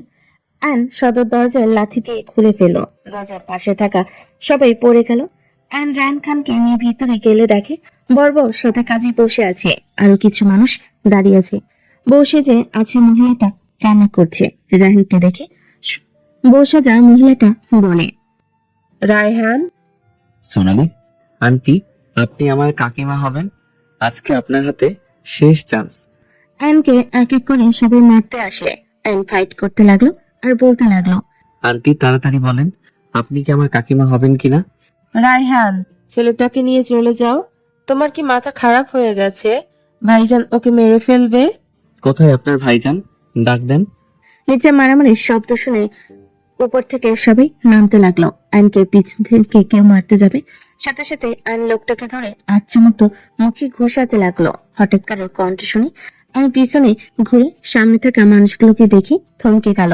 আয়ন বলে উঠল, স্যার আপনি? হ্যাঁ আমি। তুমি এত বড় সাহস আমার বাড়িতে এসে মারামারি করছো? এইটা আপনার বাড়ি? হ্যাঁ, তুমি এখানে কি করছো? স্যার উনি আন্টিকে ভালোবাসে, ওনাদের ভালোবাসা মেনে নেন। তুই কে রে যে তোর কথা শুনে আমি ওনাদের মেনে নিতে হবে? উপর থেকে কথাগুলো বলে নদী নামতে লাগলো। আয়ন বলে উঠল, ম্যাম, ভালোবাসার ভিতরে বাধা হয়ে দাঁড়াবেন না। কিসের ভালোবাসা? শত্রুর বাড়িতে এই বংশের কোনো মেয়ের বিয়ে হবে না। নিজেদের ভালো চাইলে এখান থেকে চলে যায়। আমি কখনোই নিজের ভালো চাই নাই। সরি, আপনার কণ্ঠ শুনে বোঝা যাচ্ছে আপনারা রাজি হবেন না, কিন্তু আমি আমার কাকিকে এখান থেকে নিয়ে যাব। সাহস থাকলে নিয়ে যা। রায়হান, চুপচাপ দাঁড়িয়ে আছো কেন? ওকে নিয়ে এখান থেকে চলে যাও। আমি তোমাকে ভালোবাসি না, প্লিজ এখন এখান থেকে চলে যাও। চাচু, ওনাকে কোলে তুলে নেন, বাকিটা আমি দেখছি। দেখেন এখন সময়, তাড়াতাড়ি। তাকিয়ে আছেন কেন? তাড়াতাড়ি করেন। রায়হান খান সোনালির কাছে গিয়ে কোলে তুলে নিল। নদীর আব্বু বডিগার্ডদের ইশারা করলে আয়ন হঠাৎ করে একজন আয়নের হাতে চাকু দিয়ে আঘাত করলে নদী চিৎকার দিয়ে বলে ওঠে, আয়ান। নদী এগিয়ে যেতে যাবে, সাথে সাথে নদীর আব্বু নদীর হাত ধরে ফেলো। আয়ন ঘুরে যে চাকু দিয়ে আঘাত করে তাকে মারতে লাগলো। লাস্টের দিকে নদীর আব্বু মারতে লাগলো। আয়ন কিছু না বলে মার খেতে লাগলো। আয়ন রায়হানের দিকে চাবি দিয়ে বলে, চাচু ওনাকে নিয়ে চলে যান, আমি বাকিটা দেখছি। আমি তোমাকে ছেড়ে যেতে পারবো না। আমার কসম, এখান থেকে আপনারা চলে যাবেন, না হইলে আমি নিজের ক্ষতি করব। আয়নের কথা শুনে রায়হান খান চলে গেল। আয়নকে নদীর আব্বু মারতে লাগলো। নদী আয়নকে মার খেতে দেখে কষ্ট হতে লাগলো। নদী চুপচাপ মার খাওয়া দেখতে লাগলো। অন্যা খামচি দিয়ে ধরে থাকতে লাগলো। আয়নকে মারতে মারতে ফ্লোরে ফেলে দিল। আয়নের মুখ দিয়ে রক্ত পড়তে লাগলো। আয়ন রক্তের থুতু ফেলে দিয়ে বলতে লাগলো, আঙ্কেল, ওই ফ্যামিলির প্রতি যত রাগ আছে সব আমার উপরে ঝেড়ে ফেলেন। আমি ওই বাড়ির সন্তান, ওই বাড়ির রক্ত বইছে। হিরোগিরি দেখাতে এসেছিস না? দেখ আমি তোর কি হাল করি। খুব হিরোগিরি দেখাতে এসেছিস তাই না? চল, তোকে মারবো মাঠের ভেতরে নিয়ে গিয়ে, যাতে কেউ আর আমাদের দিকে আঙ্গুল তুলে কথা বলতেও কাঁপে। নদী আপু আয়নের চুল ধরে টেনে নিয়ে যেতে লাগলো। সবাই ওদের পিছন পিছন যেতে লাগলো। নদী দৌড়ে রুমে চলে গেল। উপর থেকে খাটের উপরে শুয়ে থেকে কান্না করতে লাগলো। আয়নকে মাঠে নিয়ে গিয়ে মারতে লাগলো। আয়নের ফ্যামিলি সবাই ছুটে আসে। গ্রামের সব মানুষ জড়ো হয়ে যায়। আয়নের আম্মু আতিয়া কান্না করতে করতে বলতে লাগলো, আঙ্কেল, আমার ভাইকে ছেড়ে দেন। আমার ভাই এসব তো কিছু জানে না। ভাইয়া তো দেশের বাইরে ছিল। দয়া করে আমার ভাইকে ছেড়ে দেন। ভাইজান, ওনাদের সাথে শত্রুতা, আমার সন্তানকে ছেড়ে দেন। আমার সন্তান এইসব কিছু জানে না। হিরোগিরি আমি বের করব, খুব রক্তের গরম তাই না? দেখ আমি কি করি, যে বাধা দিতে আসবে তার হাত আমি কেটে ফেলে দেব। আম্মু, আতিয়া কান্না করো না। উনি ওনার রাগ মিটিয়ে নিক। এখানে আমি সব শুনেছি। ওনার ভাইয়ের সাথে অনেক বড় অন্যায় করা হয়েছে। সব দোষ দাদুর। দাদু কাজটা ঠিক করে নাই। দাদু যদি সেদিন ওনাকে না মারতো, আজ সবাই মিলে সুখে থাকা যেত। আয়নের কথা শুনে সবাই অবাক হয়ে গেল। আয়নের দাদু বলে ওঠে, আমার নাতিকে ছাড়। আমার নাতি তোর কি ক্ষতি করেছে? ওর সাহস দেখে বাঁচি না। আমার চোখের সামনে আমার বাড়ি থেকে আমার বডিগার্ডদের মেরে মাটিয়ে ফেলে দিয়েছে। আমার বোনকে কিডন্যাপ করছে। আমি ওকে মেরে ফেলবো। আপনার বোন আমার এখন স্ত্রী। আমরা বিয়ে করে এসেছি। আপনার বোনকে কোনো কিডন্যাপ করা হয় নাই। রায়হানের কথা শুনে নদীরা পড়ে গিয়ে সোনালীকে মারতে যাবে। সাথে সাথে রায়হান হাত ধরে ফেল। নদীর আপু বডিগার্ড গুলোকে ইশারা করে এক এক করে সবার গলায় চাকু ধরলো। সবাই ভয়ে ঢোক গিলতে লাগলো। নদীর আপু হাসতে হাসতে বলে, এই দিনটা অপেক্ষা ছিলাম। একসাথে পুরো ফ্যামিলিকে আমি শেষ করে দেবো। আঙ্কেল, আমাকে মারতে দিয়েছি দেখেন, আমার ফ্যামিলির কিছু হইলে আমি কাউকে ছাড়বো না। আয়নের কথা শুনে নদীরা পড়ে গিয়ে সজোরে খুশি মেরে বলে, কি করবি তুই? হ্যাঁ, আঙ্কেল, আমার ভাইকে ছাড়েন। আর কত মারবেন ওকে? দেখেন, আপনার সাথে আমার ঝামেলা করতে আসে নাই। কি করতে এসেছিস তাহলে? শোন, তোদের সবাইকে ছেড়ে দিতে পারি যদি তোর দাদু পুরো গ্রামের সামনে কান ধরে ক্ষমা চায়, তাহলে সবাইকে ক্ষমা করে দেবো। আঙ্কেল, রেগে চিৎকার দিয়ে আঙ্কেল বলাতে নদীর আপু রেগে বলে ওঠে, তোর মুখ অনেক চলে তাই না? তোকে আগে আমি ঠিক করে নেই, তারপর বাকিদের দেব। নদীর আপু লাঠি দিয়ে মারতে যাবে, সাথে সাথে পিছন থেকে কেউ লাঠি ধরে ফেলো। সবাই অবাক হয়ে গেল। আতিয়া চোখ বড় বড় করে ফেলো। নদীর আব্বুর পিছনের দিকে তাকাতে দেখি নদী। নদীর আপু রেগে বলে ওঠে, তুই এখানে কি করিস? আর তোর সাহস কি করে হয় আমার লাঠি ধরে? আব্বু, ওদের ছেড়ে দাও। আয়নকে অনেক মেরেছো, কম মারো নাই। সমান সমান হয়ে গেছে। চাচুকে ওনারা যেভাবে মেরেছিল তার থেকে দ্বিগুণ আয়নকে মেরেছো। আমি ওদের লাশ দেখতে চাই। তুই এখান থেকে চলে যা। নদীর আব্বুকে নদী ধাক্কা মেরে ফেলে দিল। আয়নকে মারতে যাবে, সাথে সাথে নদী উঠে ওরা পুপা জড়িয়ে ধরে বলে, আব্বু, দয়া করে ওকে ছেড়ে দাও। আব্বু, তুমি ওর গায়ে মারলে সব ব্যথা আমার শরীরে এসে পড়ছে। আব্বু, আমিও সহ্য করতে পারছি না। ওকে মারার আগে আমাকে মারো আব্বু। তুমি দয়া করে আমাকে মেরে ফেলো, তাও ওর গায়ে হাত তুলো না। আমার নিঃশ্বাস বন্ধ হয়ে যাচ্ছে আব্বু। নদীর কথা শুনে সবাই অবাক চোখে তাকে দেখতে লাগলো। নদীর আব্বু রেগে বলে, তোর লজ্জা করে না এইসব কথা বলতে? তুই কি ভুলে গেছস ওই কতটা খারাপ?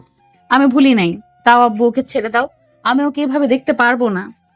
নদীর আপু নদীর কোনো কথা না শুনে লাঠি দিয়ে মারতে গেলে আয়নকে নদীকে জড়িয়ে ধরে নদীর পিঠে আঘাত পেলে আয়ন বলে উঠল, নদী, তুই সামনে থেকে সর, না হলে আরো মারবো তোকে। কিন্তু যা ইচ্ছা করো, আমি তাও ছাড়বো না। আমাকে মারতে মারতে মেরে ফেলো। আমি এইভাবে ওকে মার খেতে দেখার ক্ষমতা আমার নেই। নদীর আপু রেগে নদীকে মারতে লাগলো। আয়ন সহ্য করতে না পেরে নদীর আপুর নাম ধরে জোরে চিৎকার দিয়ে বলল, শফিক চৌধুরী, আপনাকে আমি নদীর আব্বু বলে সহ্য করে গেছি। আর একটা বাড়ি আমার প্রিয় মানুষের শরীরে পড়লে আমি সবকিছু ভুলে যাব। নদী আয়নের হাতের বাঁধন খুলে দিয়ে মাটিতে পড়ে গেল। আয়ন তাড়াতাড়ি করে নদীকে ধরে পড়ল, নদী, আমি তো খারাপ ছেলে। আমার জন্য কেন নিজে মাইর খেলে? আমি তো তোমাকে কথা দিয়েছিলাম তোমার বিপদের পাশে থাকবো। আজ তো দেখি সব উল্টে আমি নিজেই তোমার বিপদে ফেলে দিলাম। নদী, চোখ খুলো না। নদী, এই নদী, চোখ খুলো না। তোমার কিছু হইলে আমার কি হবে? নদী, চোখ খুলো না। আয়ন নদীকে জড়িয়ে ধরে কান্না করতে করতে বলতে লাগলো। আর নদীর সারা মুখে চুমু দিতে লাগলো। নদীর আব্বু ধরতে যাবে, আয়ন সাথে সাথে ধাক্কা দিয়ে বলে, আপনি কি মানুষ নামের জানোয়ার? নিজের মেয়েকে মারতে একটু কি বিবেকে বাঁধলো না? আমার ভুল। আপনি তো নিজের স্বার্থ ছাড়া কিছু বুঝেন না। আরে, আপনাদের বংশের সব এক। আপনি, দাদু, সবাই সেম। নিজের স্বার্থ ছাড়া কিছু বুঝেন না। আমার প্রিয় মানুষের যদি কিছু হয়, আমি আপনাকে শান্তিতে থাকতে দিব না। আয়ন কথাগুলো বলে কান্না করতে করতে নদীকে ডাকতে লাগলো। সবাই যেন থমকে গেছে।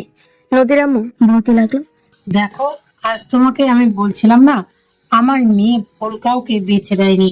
দেখো, আমার মেয়ের জামাইকে সারা শরীরে রক্ত, অথচ নিজের প্রতি কোনো খেয়াল নেই। তার স্ত্রী দেখা পেয়েছে দেখে পাগলের মতো কান্না করছে। ভালোবাসতে জানতে ছোট বড় দেখে হয় না।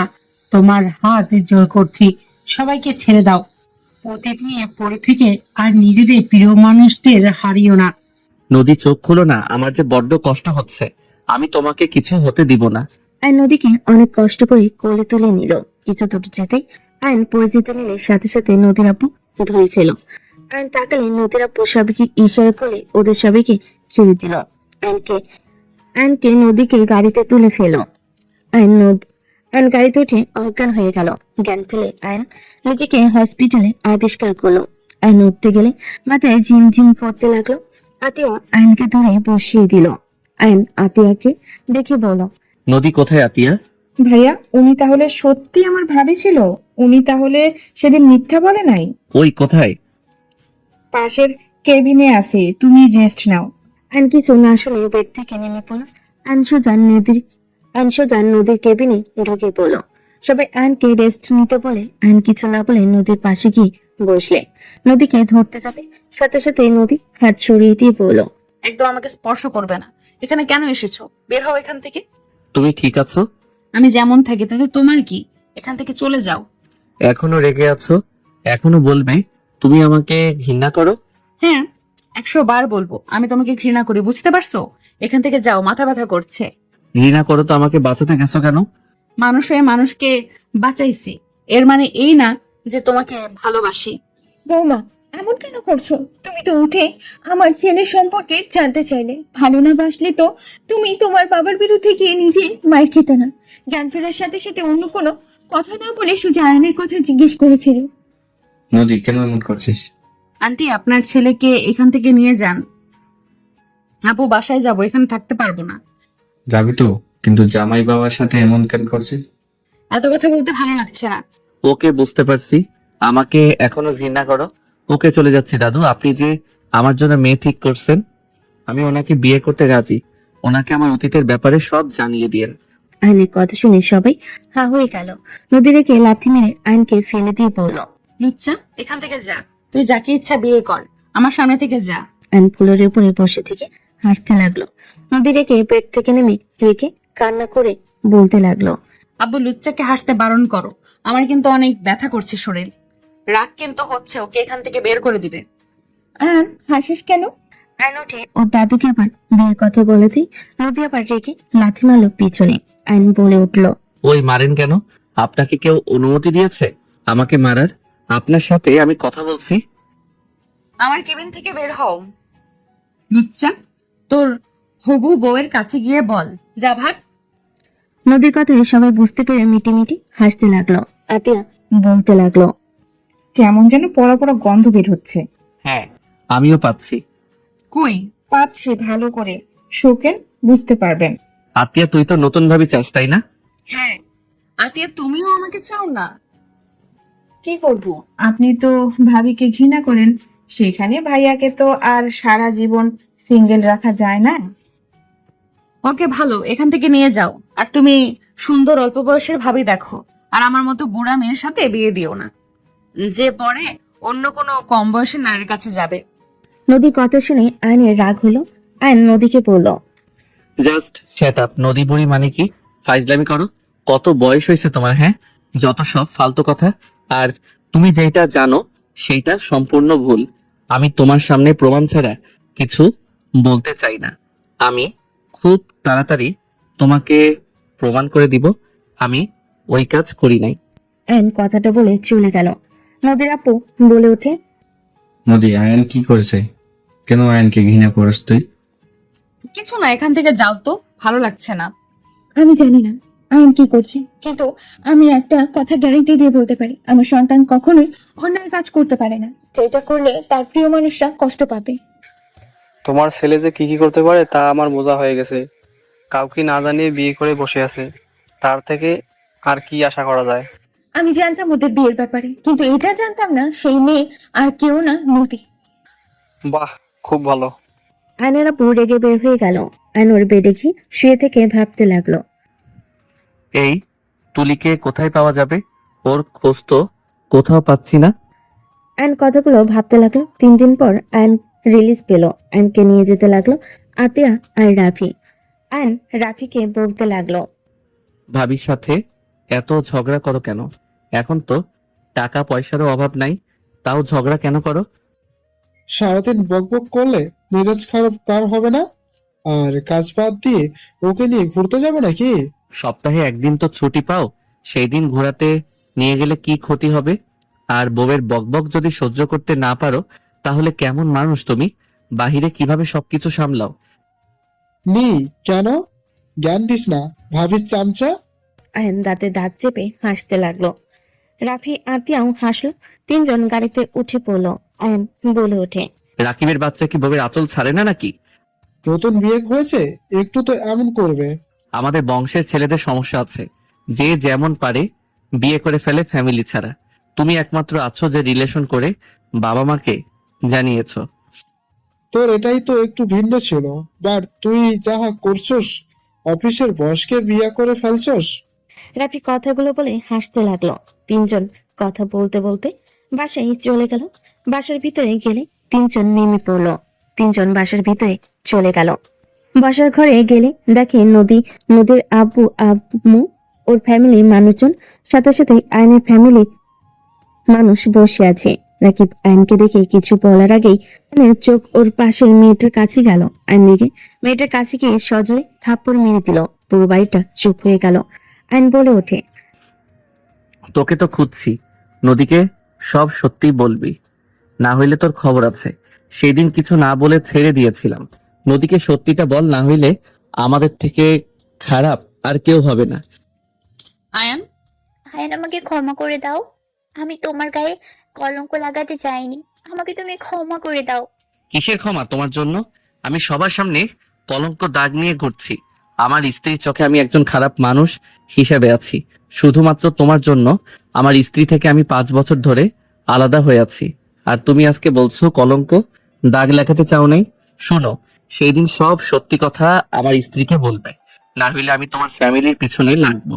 আমার সংসার যদি ভেঙে যায়, আমি তোমাকেও সুখে থাকতে দিব না। তুলি কি করছে? আয়ান, ওই তোকে কিসের কলঙ্কের দাগ দিয়েছে এসব? কি বলিস? আম্মু, তুমি ওকে চেনো নাকি? ওর নাম কিভাবে জানো? আর ওয়েট, তুমি এই বাসায় কি করো? নদীর সাথে এসেছো নাকি? বাট আমি তো খোঁজ নিয়ে দেখেছি, আমি কোম্পানি থেকে বের হয়ে যাওয়ার পর তুমি কিছু মাস পর চাকরি ছেড়ে দিয়েছো। আয়ান, তুলিকে ভুল বুঝো না, আমি তোমাকে সবকিছু বলছি। কি বলেন চাচ্চু? আয়নের কথা শুনে রায়হান মাথা নিচু করে নিচের দিকে তাকিয়ে একবার আয়ন আর একবার তুলির বাবা মায়ের দিকে তাকিয়ে তারপর বলল, আসলে আয়ান, তুলির কোনো দোষ নাই, সব দোষ আমার। আমি সব নষ্টের মূল। মানে কি, সোজাভাবে বলেন তো, কাহিনী কি? তুলির দোষ নাই? আমি ঠিক বুঝতে পারছি না। আর তুলিকে আপনারা কিভাবে চেনেন? কোম্পানিতে একবার আমি মিটিং ওইখানে গেছিলাম, তুলি তো কখনো যায় নাই। তুলি তো আমার স্ত্রী, আর তুলি তো ছোট ফুপুর মেয়ে। ওকে আমাদের ফ্যামিলি ছাড়া কেউ চিনে না। ওই ছোটবেলা থেকেই ওর ছোট চাচুর কাছে থাকতো। কি আয়ান, আমি সব খুলে বলি। বলেন শুনি। আয়ন তাকাতেই রায়হান বলে ওঠে, তুলি যা করছে সবকিছু প্ল্যান করা ছিল। তুমি নদীর কোম্পানির বিশ্বস্ত ছিলে। তুমি মেধাবী আর কোম্পানির ব্যাপারে অনেক ভালো বুঝতে। আমি কখনোই এমন এমপ্লয়ি দেখি নাই, মালিকের থেকে সে ভালো এক্সপ্লেন করতে পারে। তোমার সবকিছু আমার অনেক ভালো লেগেছিল।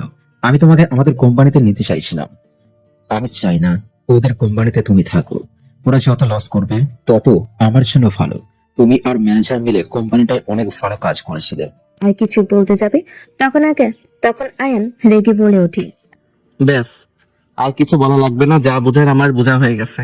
আর তুলি, তুমি যদি আমার নিজের বোন হইতে, আমি তোমাকে এখন কেটে নদীতে ফেলে দিতাম। তুমি যে কাজগুলো ওনার কথায় করতে গেছো, আমার জায়গায় যদি অন্য কেউ থাকতো তাহলে তোমার সাথে কি হইতো বুঝতে পারছো? আয়ন মারতে যাবে, তুলি ভয়ে চোখ বন্ধ করে কান্না করতে লাগলো। আয়ন হাত থামিয়ে বলল, নেক্সট টাইম যদি এসব উল্টাপাল্টা কোনো কাজ করতে দেখি, সরি, আমাকে ক্ষমা করে দাও। তুলি আয়নকে জড়িয়ে ধরে কান্না করতে লাগলো। আয়ন তুলিকে নিজের থেকে সরিয়ে দিয়ে বলল, কান্না বন্ধ করো। একটা ভুল কিন্তু সারা জীবনের কান্না হয়ে দাঁড়ায়। আর চাচ্চু, আপনি যদি এখন আমার চাচ্চু না হয়ে ভাই হইতেন, আপনাকে মেরে আমি মাটিতে ফেলে রাখতাম। হিংসা জিনিস খুব খারাপ। অন্য ক্ষতি করলে নিজের ক্ষতি হবে, মাথায় রাখবেন। আমি জানতাম না যে তুমি আর কেউ না, আমার ভাতিজা। চুপ করেন। আমি আপনার ভাতিজা হই বা না হই, আপনি কেন এমন কাজ করলেন? মেজাজ এতটা গরম হচ্ছে না? দূর, সামনে থেকে সরো তো। আয়ন তুলিকে ধাক্কা দিয়ে সরিয়ে দিল। আয়ন রুমে চলে গেল। নদী তুলি আর রায়হানের দিকে তাকিয়ে বলল, তার মানে সেদিন আয়ান কিছু করে নাই? তুমি ওর নামে মিথ্যা বলেছিলে শুধুমাত্র আমি যেন ওকে কোম্পানি থেকে বের করে দেই? তুমি একবার ভেবে দেখেছো তুমি ওকে সবার সামনে খারাপ বানিয়েছো? আয়ানের সাথে এমন কিভাবে করতে পারলে? আয়ান তোমার কি ক্ষতি করেছে? তোমাদের শত্রুতা আমাদের উপরে ছিল। ওই সরল ছেলেটাকে টার্গেট কিভাবে করতে পারলে? তুমি আমার আগের স্বামীকে ফিরিয়ে দেবে। তোমাদের কারণে আয়ান আজ এত রাগী বদমেজাজি হয়েছে। ওই শান্ত ভদ্র একটা ছেলে ছিল। সব নষ্টের মূল তোমরা দুইজন। তোমাকে বিশ্বাস করে আমি আমার স্বামীর কে ভুল বুঝেছি। আমি এখন ওর সামনে কিভাবে যাব বলো? নদী তুলিকে ঝাঁকিয়ে কথাগুলো বলতে লাগলো। তুলি কান্না করতে লাগলো। নদী ধাক্কা দিয়ে সরিয়ে দিয়ে দৌড়ে সিঁড়ি বেয়ে যেতে লাগলো। রাকিব তুলিকে বলল, তুমি আয়ানের সাথে কি করছো? রাকিব, তুই থাম। আবার তুই ওকে জেরা করা শুরু করছোস? আমার স্ত্রী, আমি জানতে পারবো না আমার স্ত্রী আগে কি করেছে? কি হলো, উত্তর দাও। তুলি কিছু না বলে কান্না করতে করতে চলে গেল। আয়নের রুমের ভিতরে নদী ঢুকলে দেখে আয়ন তোয়ালে পরে ওয়াশরুম থেকে বের হইল। নদী আয়নকে দেখে লজ্জা পেয়ে গেল। আয়ন নদীকে দেখে বলল, আরে আপনি এখানে কি করেন? আমার হবু বউ জানলে আমাকে ভুল বুঝবে তো। আপনি যান। আমার হবু বউয়ের সম্পদ আপনি কেন দেখছেন? আয়নের কথা শুনে নদী রাগি লোক নিয়ে সোজা গিয়ে আয়নের কোমর থেকে তোয়ালে টান দিয়ে খুলে ফেল। আয়ন লজ্জায় লাল হয়ে যেতে লাগলো। আয়ন নদীর ওড়না টান দিয়ে নিজে পড়ে নিয়ে কপালে টোকা দিয়ে বলে, লুচি মাইয়া কোথাকার। আহ কুত্তা, তো সব দেখে ফেলেছি। তোর হবু বউকে বলে দেব যে তুই একটা লুচ্চা। আমি কি করলাম যে সরেন? আপনি আমার ইজ্জত কেড়ে নিয়েছে। আয়নের কথা শুনে নদী রেখে চুল ধরে টান দিয়ে দুই ঠোঁট নিচে দকড়ে নিয়ে নিল। নদীর চোখ দিয়ে পানি পড়তে আয়ন চমকে গেল। নদী ঠোঁট ছেড়ে দিয়ে কান্না করতে লাগলো। নদী বলতে লাগলো, আমাকে তুমি ক্ষমা করে দাও। আমি তোমাকে বুঝতে পারি নাই। আমি তোমাকে কত কষ্ট দিয়েছি অন্য কাউকে বিশ্বাস করে। নদী কান্না করতে লাগলো। আয়ন নদীর দুই গাল ধরে বলতে লাগলো, আরে কান্না কেন করছো? আমি জানি তোমার উপরে রাগ উঠার কথা, বাট আমি মোটেও রাগ করি নাই তোমার উপরে। আরে ছেলে মানুষ আমি, আমাদের বিশ্বাস নেই। তুই মেয়ে মানুষ সন্দেহ করতে পারো। আর ওইখানে এমন পরিস্থিতি হয়েছিল যে কেউ বিষয়টা বিশ্বাস করবে যে আমি আসলে তুলিকে রেপ করার চেষ্টা করছি। বিশ্বাস করো, আমি একদম তোমার উপরে রাগ করি নাই। তুমি এত ভালো কেন আয়ান? অন্য কেউ হলে আমার সাথে কথাই বলতো না। যে স্ত্রী নিজের স্বামীকে চিনতে পারে না, অন্য কথা শুনে স্বামীকে ভুল বুঝে, সে আবার কেমন স্ত্রী? আরে বাবা, দেখি কান্না করো না তো। তুমি কান্না করলে কি আমার ভালো লাগবে বলো? আর আমি তোমার প্রতি কষ্ট পেতাম, কিন্তু 3 দিন আগে তোমার ব্যবহার দেখে আমি খুব অবাক হয়ে গেছিলাম। আমাকে ঘৃণা করার সত্ত্বেও তুমি আমার পাশে ছিলে, আমার জন্য মাইর খাইলে। আর তোমার কি দোষ বলো? আমার সাথে তোমার তেমন ভালো সম্পর্ক গড়ে ওঠে নাই। বিয়ে করেও আমরা সিঙ্গেলদের মতন জীবনযাপন করতাম।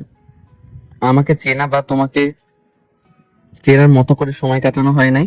সেখানে আমার প্রতি তোমার ভুল বোঝাবুঝি থাকবে।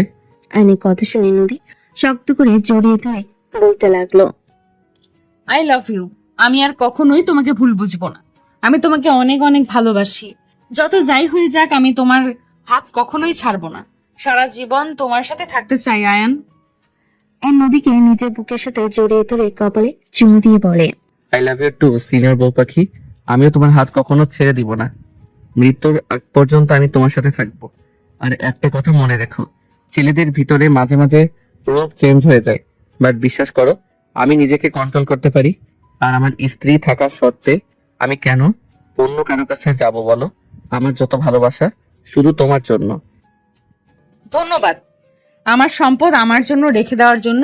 করোনার স্পর্শ থাকলে তোমাকে খুন করে ফেলবো। আয়ন নদীকে ছেড়ে দিয়ে বুলকুচকে তাকিয়ে বলে, সিনিয়র বউ থেকে খুনি বউ হতে চাচ্ছ নাকি? আয়নের মুখে ভঙ্গি দেখে নদী ফিক করে হেসে দিয়ে নাকে আলতো করে কামড় দিয়ে বলে, তোমাকে পাওয়ার জন্য আমি সব হতে পারি, তুমি আমার না হইলে আমি কারোর হইতে দিব না। নদীর কথা শুনে আয়ান ভাবতে লাগলো। ভেবে বলে, তুমি যদি অন্য কারো হতে না দাও তাহলে আমার হবু বউয়ের কি হবে? আয়নের কথা শুনে নদী রেগে গিয়ে মারতে যাবে। আয়ন দৌড়ে চলে গেল। নদী দৌড়াতে দৌড়াতে বলে, তোর হবু বউয়ের সাথে তোকে মেরে ফেলবো, দাঁড়া বলছি। আরে হাত থেকে লাঠি ফেলে দাও, এমনিতেই আমার শরীর ব্যথা হয়ে আছে। তাতে আমার কি? তোর হবু বউ আদর করে ঠিক করে দিবে তো, দাঁড়া বলতেছি। আয়ন সিঁড়ি নিচে নেমে গেলে সবাই ওদের দিকে তাকিয়ে থেকে অবাক হয়ে গেল। নদী আপু বলতে লাগলো, এই নদী কি হয়েছে, এভাবে লাঠি নিয়ে দৌড়েছিস কেন? আব্বু তুমি ওর সামনে থেকে সরো, ওর মায়ের কম হয়েছে। কিরে সামনে আয়, সাহস থাকলে তোর মুখে মেরে মুখ ভেঙে ফেলবো। নদী তুমি রেগে আছো, এই বাড়ি একটা লাগলে আমি সত্যি উপরে চলে যাব। ওয়েট কর, তোর বিয়ে ঠিক কে যেন করছে, তাকে যে আমি কি করব? তোর হবু বউ তোকে আর যে বিয়েটা ধরছে তার হাড্ডিও আমি ভাঙবো। নদীর কথা শুনে আয়নের দাদু ভয় ঢোক গিলতে লাগলো। আয়নের দাদু আস্তে আস্তে চলে যেতে নিলে আয়ন বলতে লাগলো, দাদু বিয়ে ঠিক করছে, প্লিজ থামো। কি দাদু? নদীর দাদুর দিকে তাকাতেই দাদু থেমে গিয়ে বলে, কিছু বলবে? আমার কানে কম শোনা শুরু করেছি। হ্যাঁ, আপনি আয়নের বিয়ে ঠিক করছেন? কি কও? বুঝতে পারছি না, আমার কানে সমস্যা রয়েছে। হ্যাঁ, আমি রুমে যাই। হ্যাঁ, দাদু মিথ্যা বললেন না, আপনার কান কিন্তু একদম ঠিক আছে। আপনি তো কানে শুনছেন না, ওর কথা কিভাবে কানে শুনলেন? নদীর কথা শুনে ব্যাপারটা খেয়ে গেল। সবাই জোরে জোরে হাসতে লাগলো। আয়ন সোজা ওর আম্মুর পিছনে দাঁড়িয়ে আঁচল দিয়ে শরীর ঢাকতে লাগলো আর বলতে লাগলো, শ্বশুর মশাই আপনার মেয়ের মুখে কি মধুর সাথে লবণ দিয়েছিলেন নাকি মরিচের গুঁড়া? একবার চিনির মতো মিষ্টি হয়, একবার লবণের মতো কথা বলে, আবার যখন মাথার তার ছিঁড়ে যায় তখন শুকনা মরিচের মতো লাল হয়ে যায়। আয়নের কথা শুনে সবাই হাসতে লাগলো। নদীর আব্বু আম্মু হাসতে লাগলো। নদী রেগে গিয়ে বলে ওঠে, লুচ্চামি করবি আর আমি কিছু করলেই দোষ? আমি আমি কই লুচ্চামি করছি, আমি তো জাস্ট একটু রাগানোর জন্য মজা করছি, তাই বলে এত রেগে যাও কেন? চুপ কর, তুই ওই মেয়ের প্রেমে পড়ছস, না হইলে সব জায়গায় ওর কথা বলছস, কথায় কথায় হবু বউ করস। বল কে ওই মেয়ে, আমি দেখতে চাই। নদী শান্ত হও, ওই তোমাকে রাগানোর জন্য এসব বলছে। ওর জন্য মেয়ে দেখতে চাইছিল আব্বাজান, বাট ওই সোজা না করে দিয়েছিল। বলেছিল ওই অন্য কাউকে ভালোবাসে, বিয়ে তাকেই করবে। পরে আর কোনো মেয়ে দেখা হয় নাই। আয়নের আম্মুর কথা শুনে নদী বলে ওঠে, কোন মেয়েকে ভালোবাসো? ওই যে আবার উল্টা ধরা শুরু করছে। আরে বাবা একটু ঠান্ডা হও না, আমার মান ইজ্জত শেষ করে দিতেছো। প্লিজ শান্ত হও, আমি আর তোমাকে রাগাবো না। আমি যাকে ভালোবাসি সেই তুমি, আমি তোমার কথাই বলছি। প্লিজ আমাকে যেতে দাও, আমার অবস্থার দিকে তো তাকাও। কি ব্যাপার ছোট ভাই, তোয়ালা লুঙ্গি উড়ে গেছে নাকি? নদীর ওড়না পরে আসো। সবাই আয়নের দিকে তাকাতেই আয়ন লজ্জায় লাল হয়ে গেল। নদীর মাথা ঠান্ডা হয়ে গেল। রাকিব তুলি হাসতে লাগলো আর নিচে নামলো। আয়ন তুলিকে দেখে আরো লজ্জা পেয়ে গেল। নদী বলে ওঠে, তুমি তুমি আমার ওড়না কখন নিলে? আর আমাকে রাগানোর কি দরকার ছিল? এখন থাকো আন্টির আঁচলের নিচে। ও থুক্কু, তোমার হবু বউয়ের নাম্বার দাও, আমি কল দিয়ে আসতে বলি। আরে বাবা আমার ভুল হয়েছে, ক্ষমা করো। আর হবু বউ কথা মুখে আনবো না, প্লিজ ক্ষমা করো ভাই। কি? আমি তোমার ভাই লাগি? নদীর কথা শুনে আয়ন বলে ওঠে, আরে আমি কথায় কথায় ভাই বলছি। উফ শ্বশুর মশাই, এই তেরা মাইয়া কই থেকে নিয়ে এসেছেন? এত তেরামি ধরে অল্পতেই ভুল ধরে। তোমার শাশুড়ি কোথা থেকে যে করিয়ে আনছে কে জান। আমাকে করিয়ে নিয়ে এসেছো মানে? নদীমা থামে এবার, আয়নকে যেতে দে। বেচারা লজ্জায় লাল হয়ে যাচ্ছে, যেতে দে। দেখি লাঠিটা। নদীর আম্মু লাঠি নিতেই আয়ন দৌড়ে সিঁড়িতে উঠে পড়লো। থ্যাংক ইউ শাশুড়ি আম্মু। আয়নের কাণ্ড দেখে সবাই হাসতে লাগলো। আয়নের ভাবি বলে, বাবা, আমার দেবরটা এত ভয় রাখে কেন? যাই বলো, আমার দেবরটা অনেক পরিবর্তন হয়েছে। আগের মতো গম্ভীর ভাবে থাকে না, একা চুপচাপ থাকে না, অনেকটাই চেঞ্জ হয়ে গেছে। আরে আমাদের ভাই বলে কথা, পরিবর্তন হবে না? আর ম্যাম যে মানুষ। তুমি আমাকে মিথ্যা কেন বলছো? আমি তোমার সম্পর্কে ভাবি হই? সরি, আপনাকে তো ম্যাম বলে অভ্যেস, তাই। নদী সবার সাথে কথা বলতে লাগলো। আয়ন রুমে গিয়ে পোশাক পরিবর্তন করে জামা কাপড় বারান্দায় মেরে দিয়ে নিচে নেমে গেল। নদীকে ওনা দিয়ে রাকিবকে বলল, রাকিব, বের হব। কোথায় যাবি? নতুন হোটেল হয়েছে, ওইখানে এসেছে সবাই। হ্যাঁ, সাজু সুজন সবাই এসেছে। তাড়াতাড়ি চল। আমাকে বারবার কল দিচ্ছে। কোথায় যাবে? একটু বাইরে যাব, ফ্রেন্ডের সাথে তো দেখা করতে পারি নাই। সবাই এসেছে, আড্ডা দিতে যাব। আর রিল্যাক্সে থাকো, ওইখানে কোনো মেয়ে নাই। গুড। রাকিব রেডি হয়ে আসলে আয়ন রাকিবের সাথে বের হয়ে গেল। সবার সাথে দেখা করে আড্ডা দিতে লাগলো। আড্ডা দিয়ে রাত 1টায় আয়ন রাকিব বাসায় ফিরল। আয়ন রাকিবকে বলল, আস্তে আস্তে যায়, তো জোরে গেলে কারো ঘুম ভাঙলে চোর ভেবে মেরে দিতে পারে। হিহি, বউ জানলে মারবো। রাত অনেক করে ফেলেছি। হি হি হি, আমারটা মনে হয় ওর বাসায় চলে গেছে। থাক, জায়গা। আয়ন চলে গেল। আয়ন রুমে ঢুকে লাইট জ্বালাতে দেখে নদী খাটে শুয়ে আছে। আয়ন ভেবাচাকা খেয়ে গেল। তাদের করে লাইট অফ করে দরজা লাগিয়ে দিয়ে আস্তে আস্তে নদীর পাশে শুয়ে পড়ল। নদী লাফ দিয়ে উঠে আয়নের গলা চেপে ধরল। ঘরে বউ রেখে একটা পর্যন্ত বাইরে থাকার অনুমতি কে দিয়েছে? আয়ন ঢোক গিলে বলে, জান, ঘুমাও নাই? বাসর করার জন্য অপেক্ষা করতে করতে 1টা বাজিয়ে ফেলছিস। এখন কি করতে মন চাচ্ছে বল? আয়ন নদীর কথা শুনে 2 হাত ধরে টান দিয়ে নিচে ফেলে দিয়ে উপরে উঠে 2 হাত খাটের সাথে চেপে ধরে ঠোঁট জোড়া এক করে নিল। ঠোঁট ছেড়ে বলে, আমি কি জানতাম নাকি আমার বউ আমার জন্য অপেক্ষা করছে? জানলে তো আগেই চলে আসতাম। যাই হোক, এখনো সারা রাত পড়ে আছে। আদর করতে দিব না, ছাড়ো। তাই নাকি? দেখি কে আদর করতে দেয় না। আয়ন কথাটা বলে নদীর উপর ঝাঁপিয়ে পড়লে। নদী আয়নের উপর ঝাঁপিয়ে পড়ল।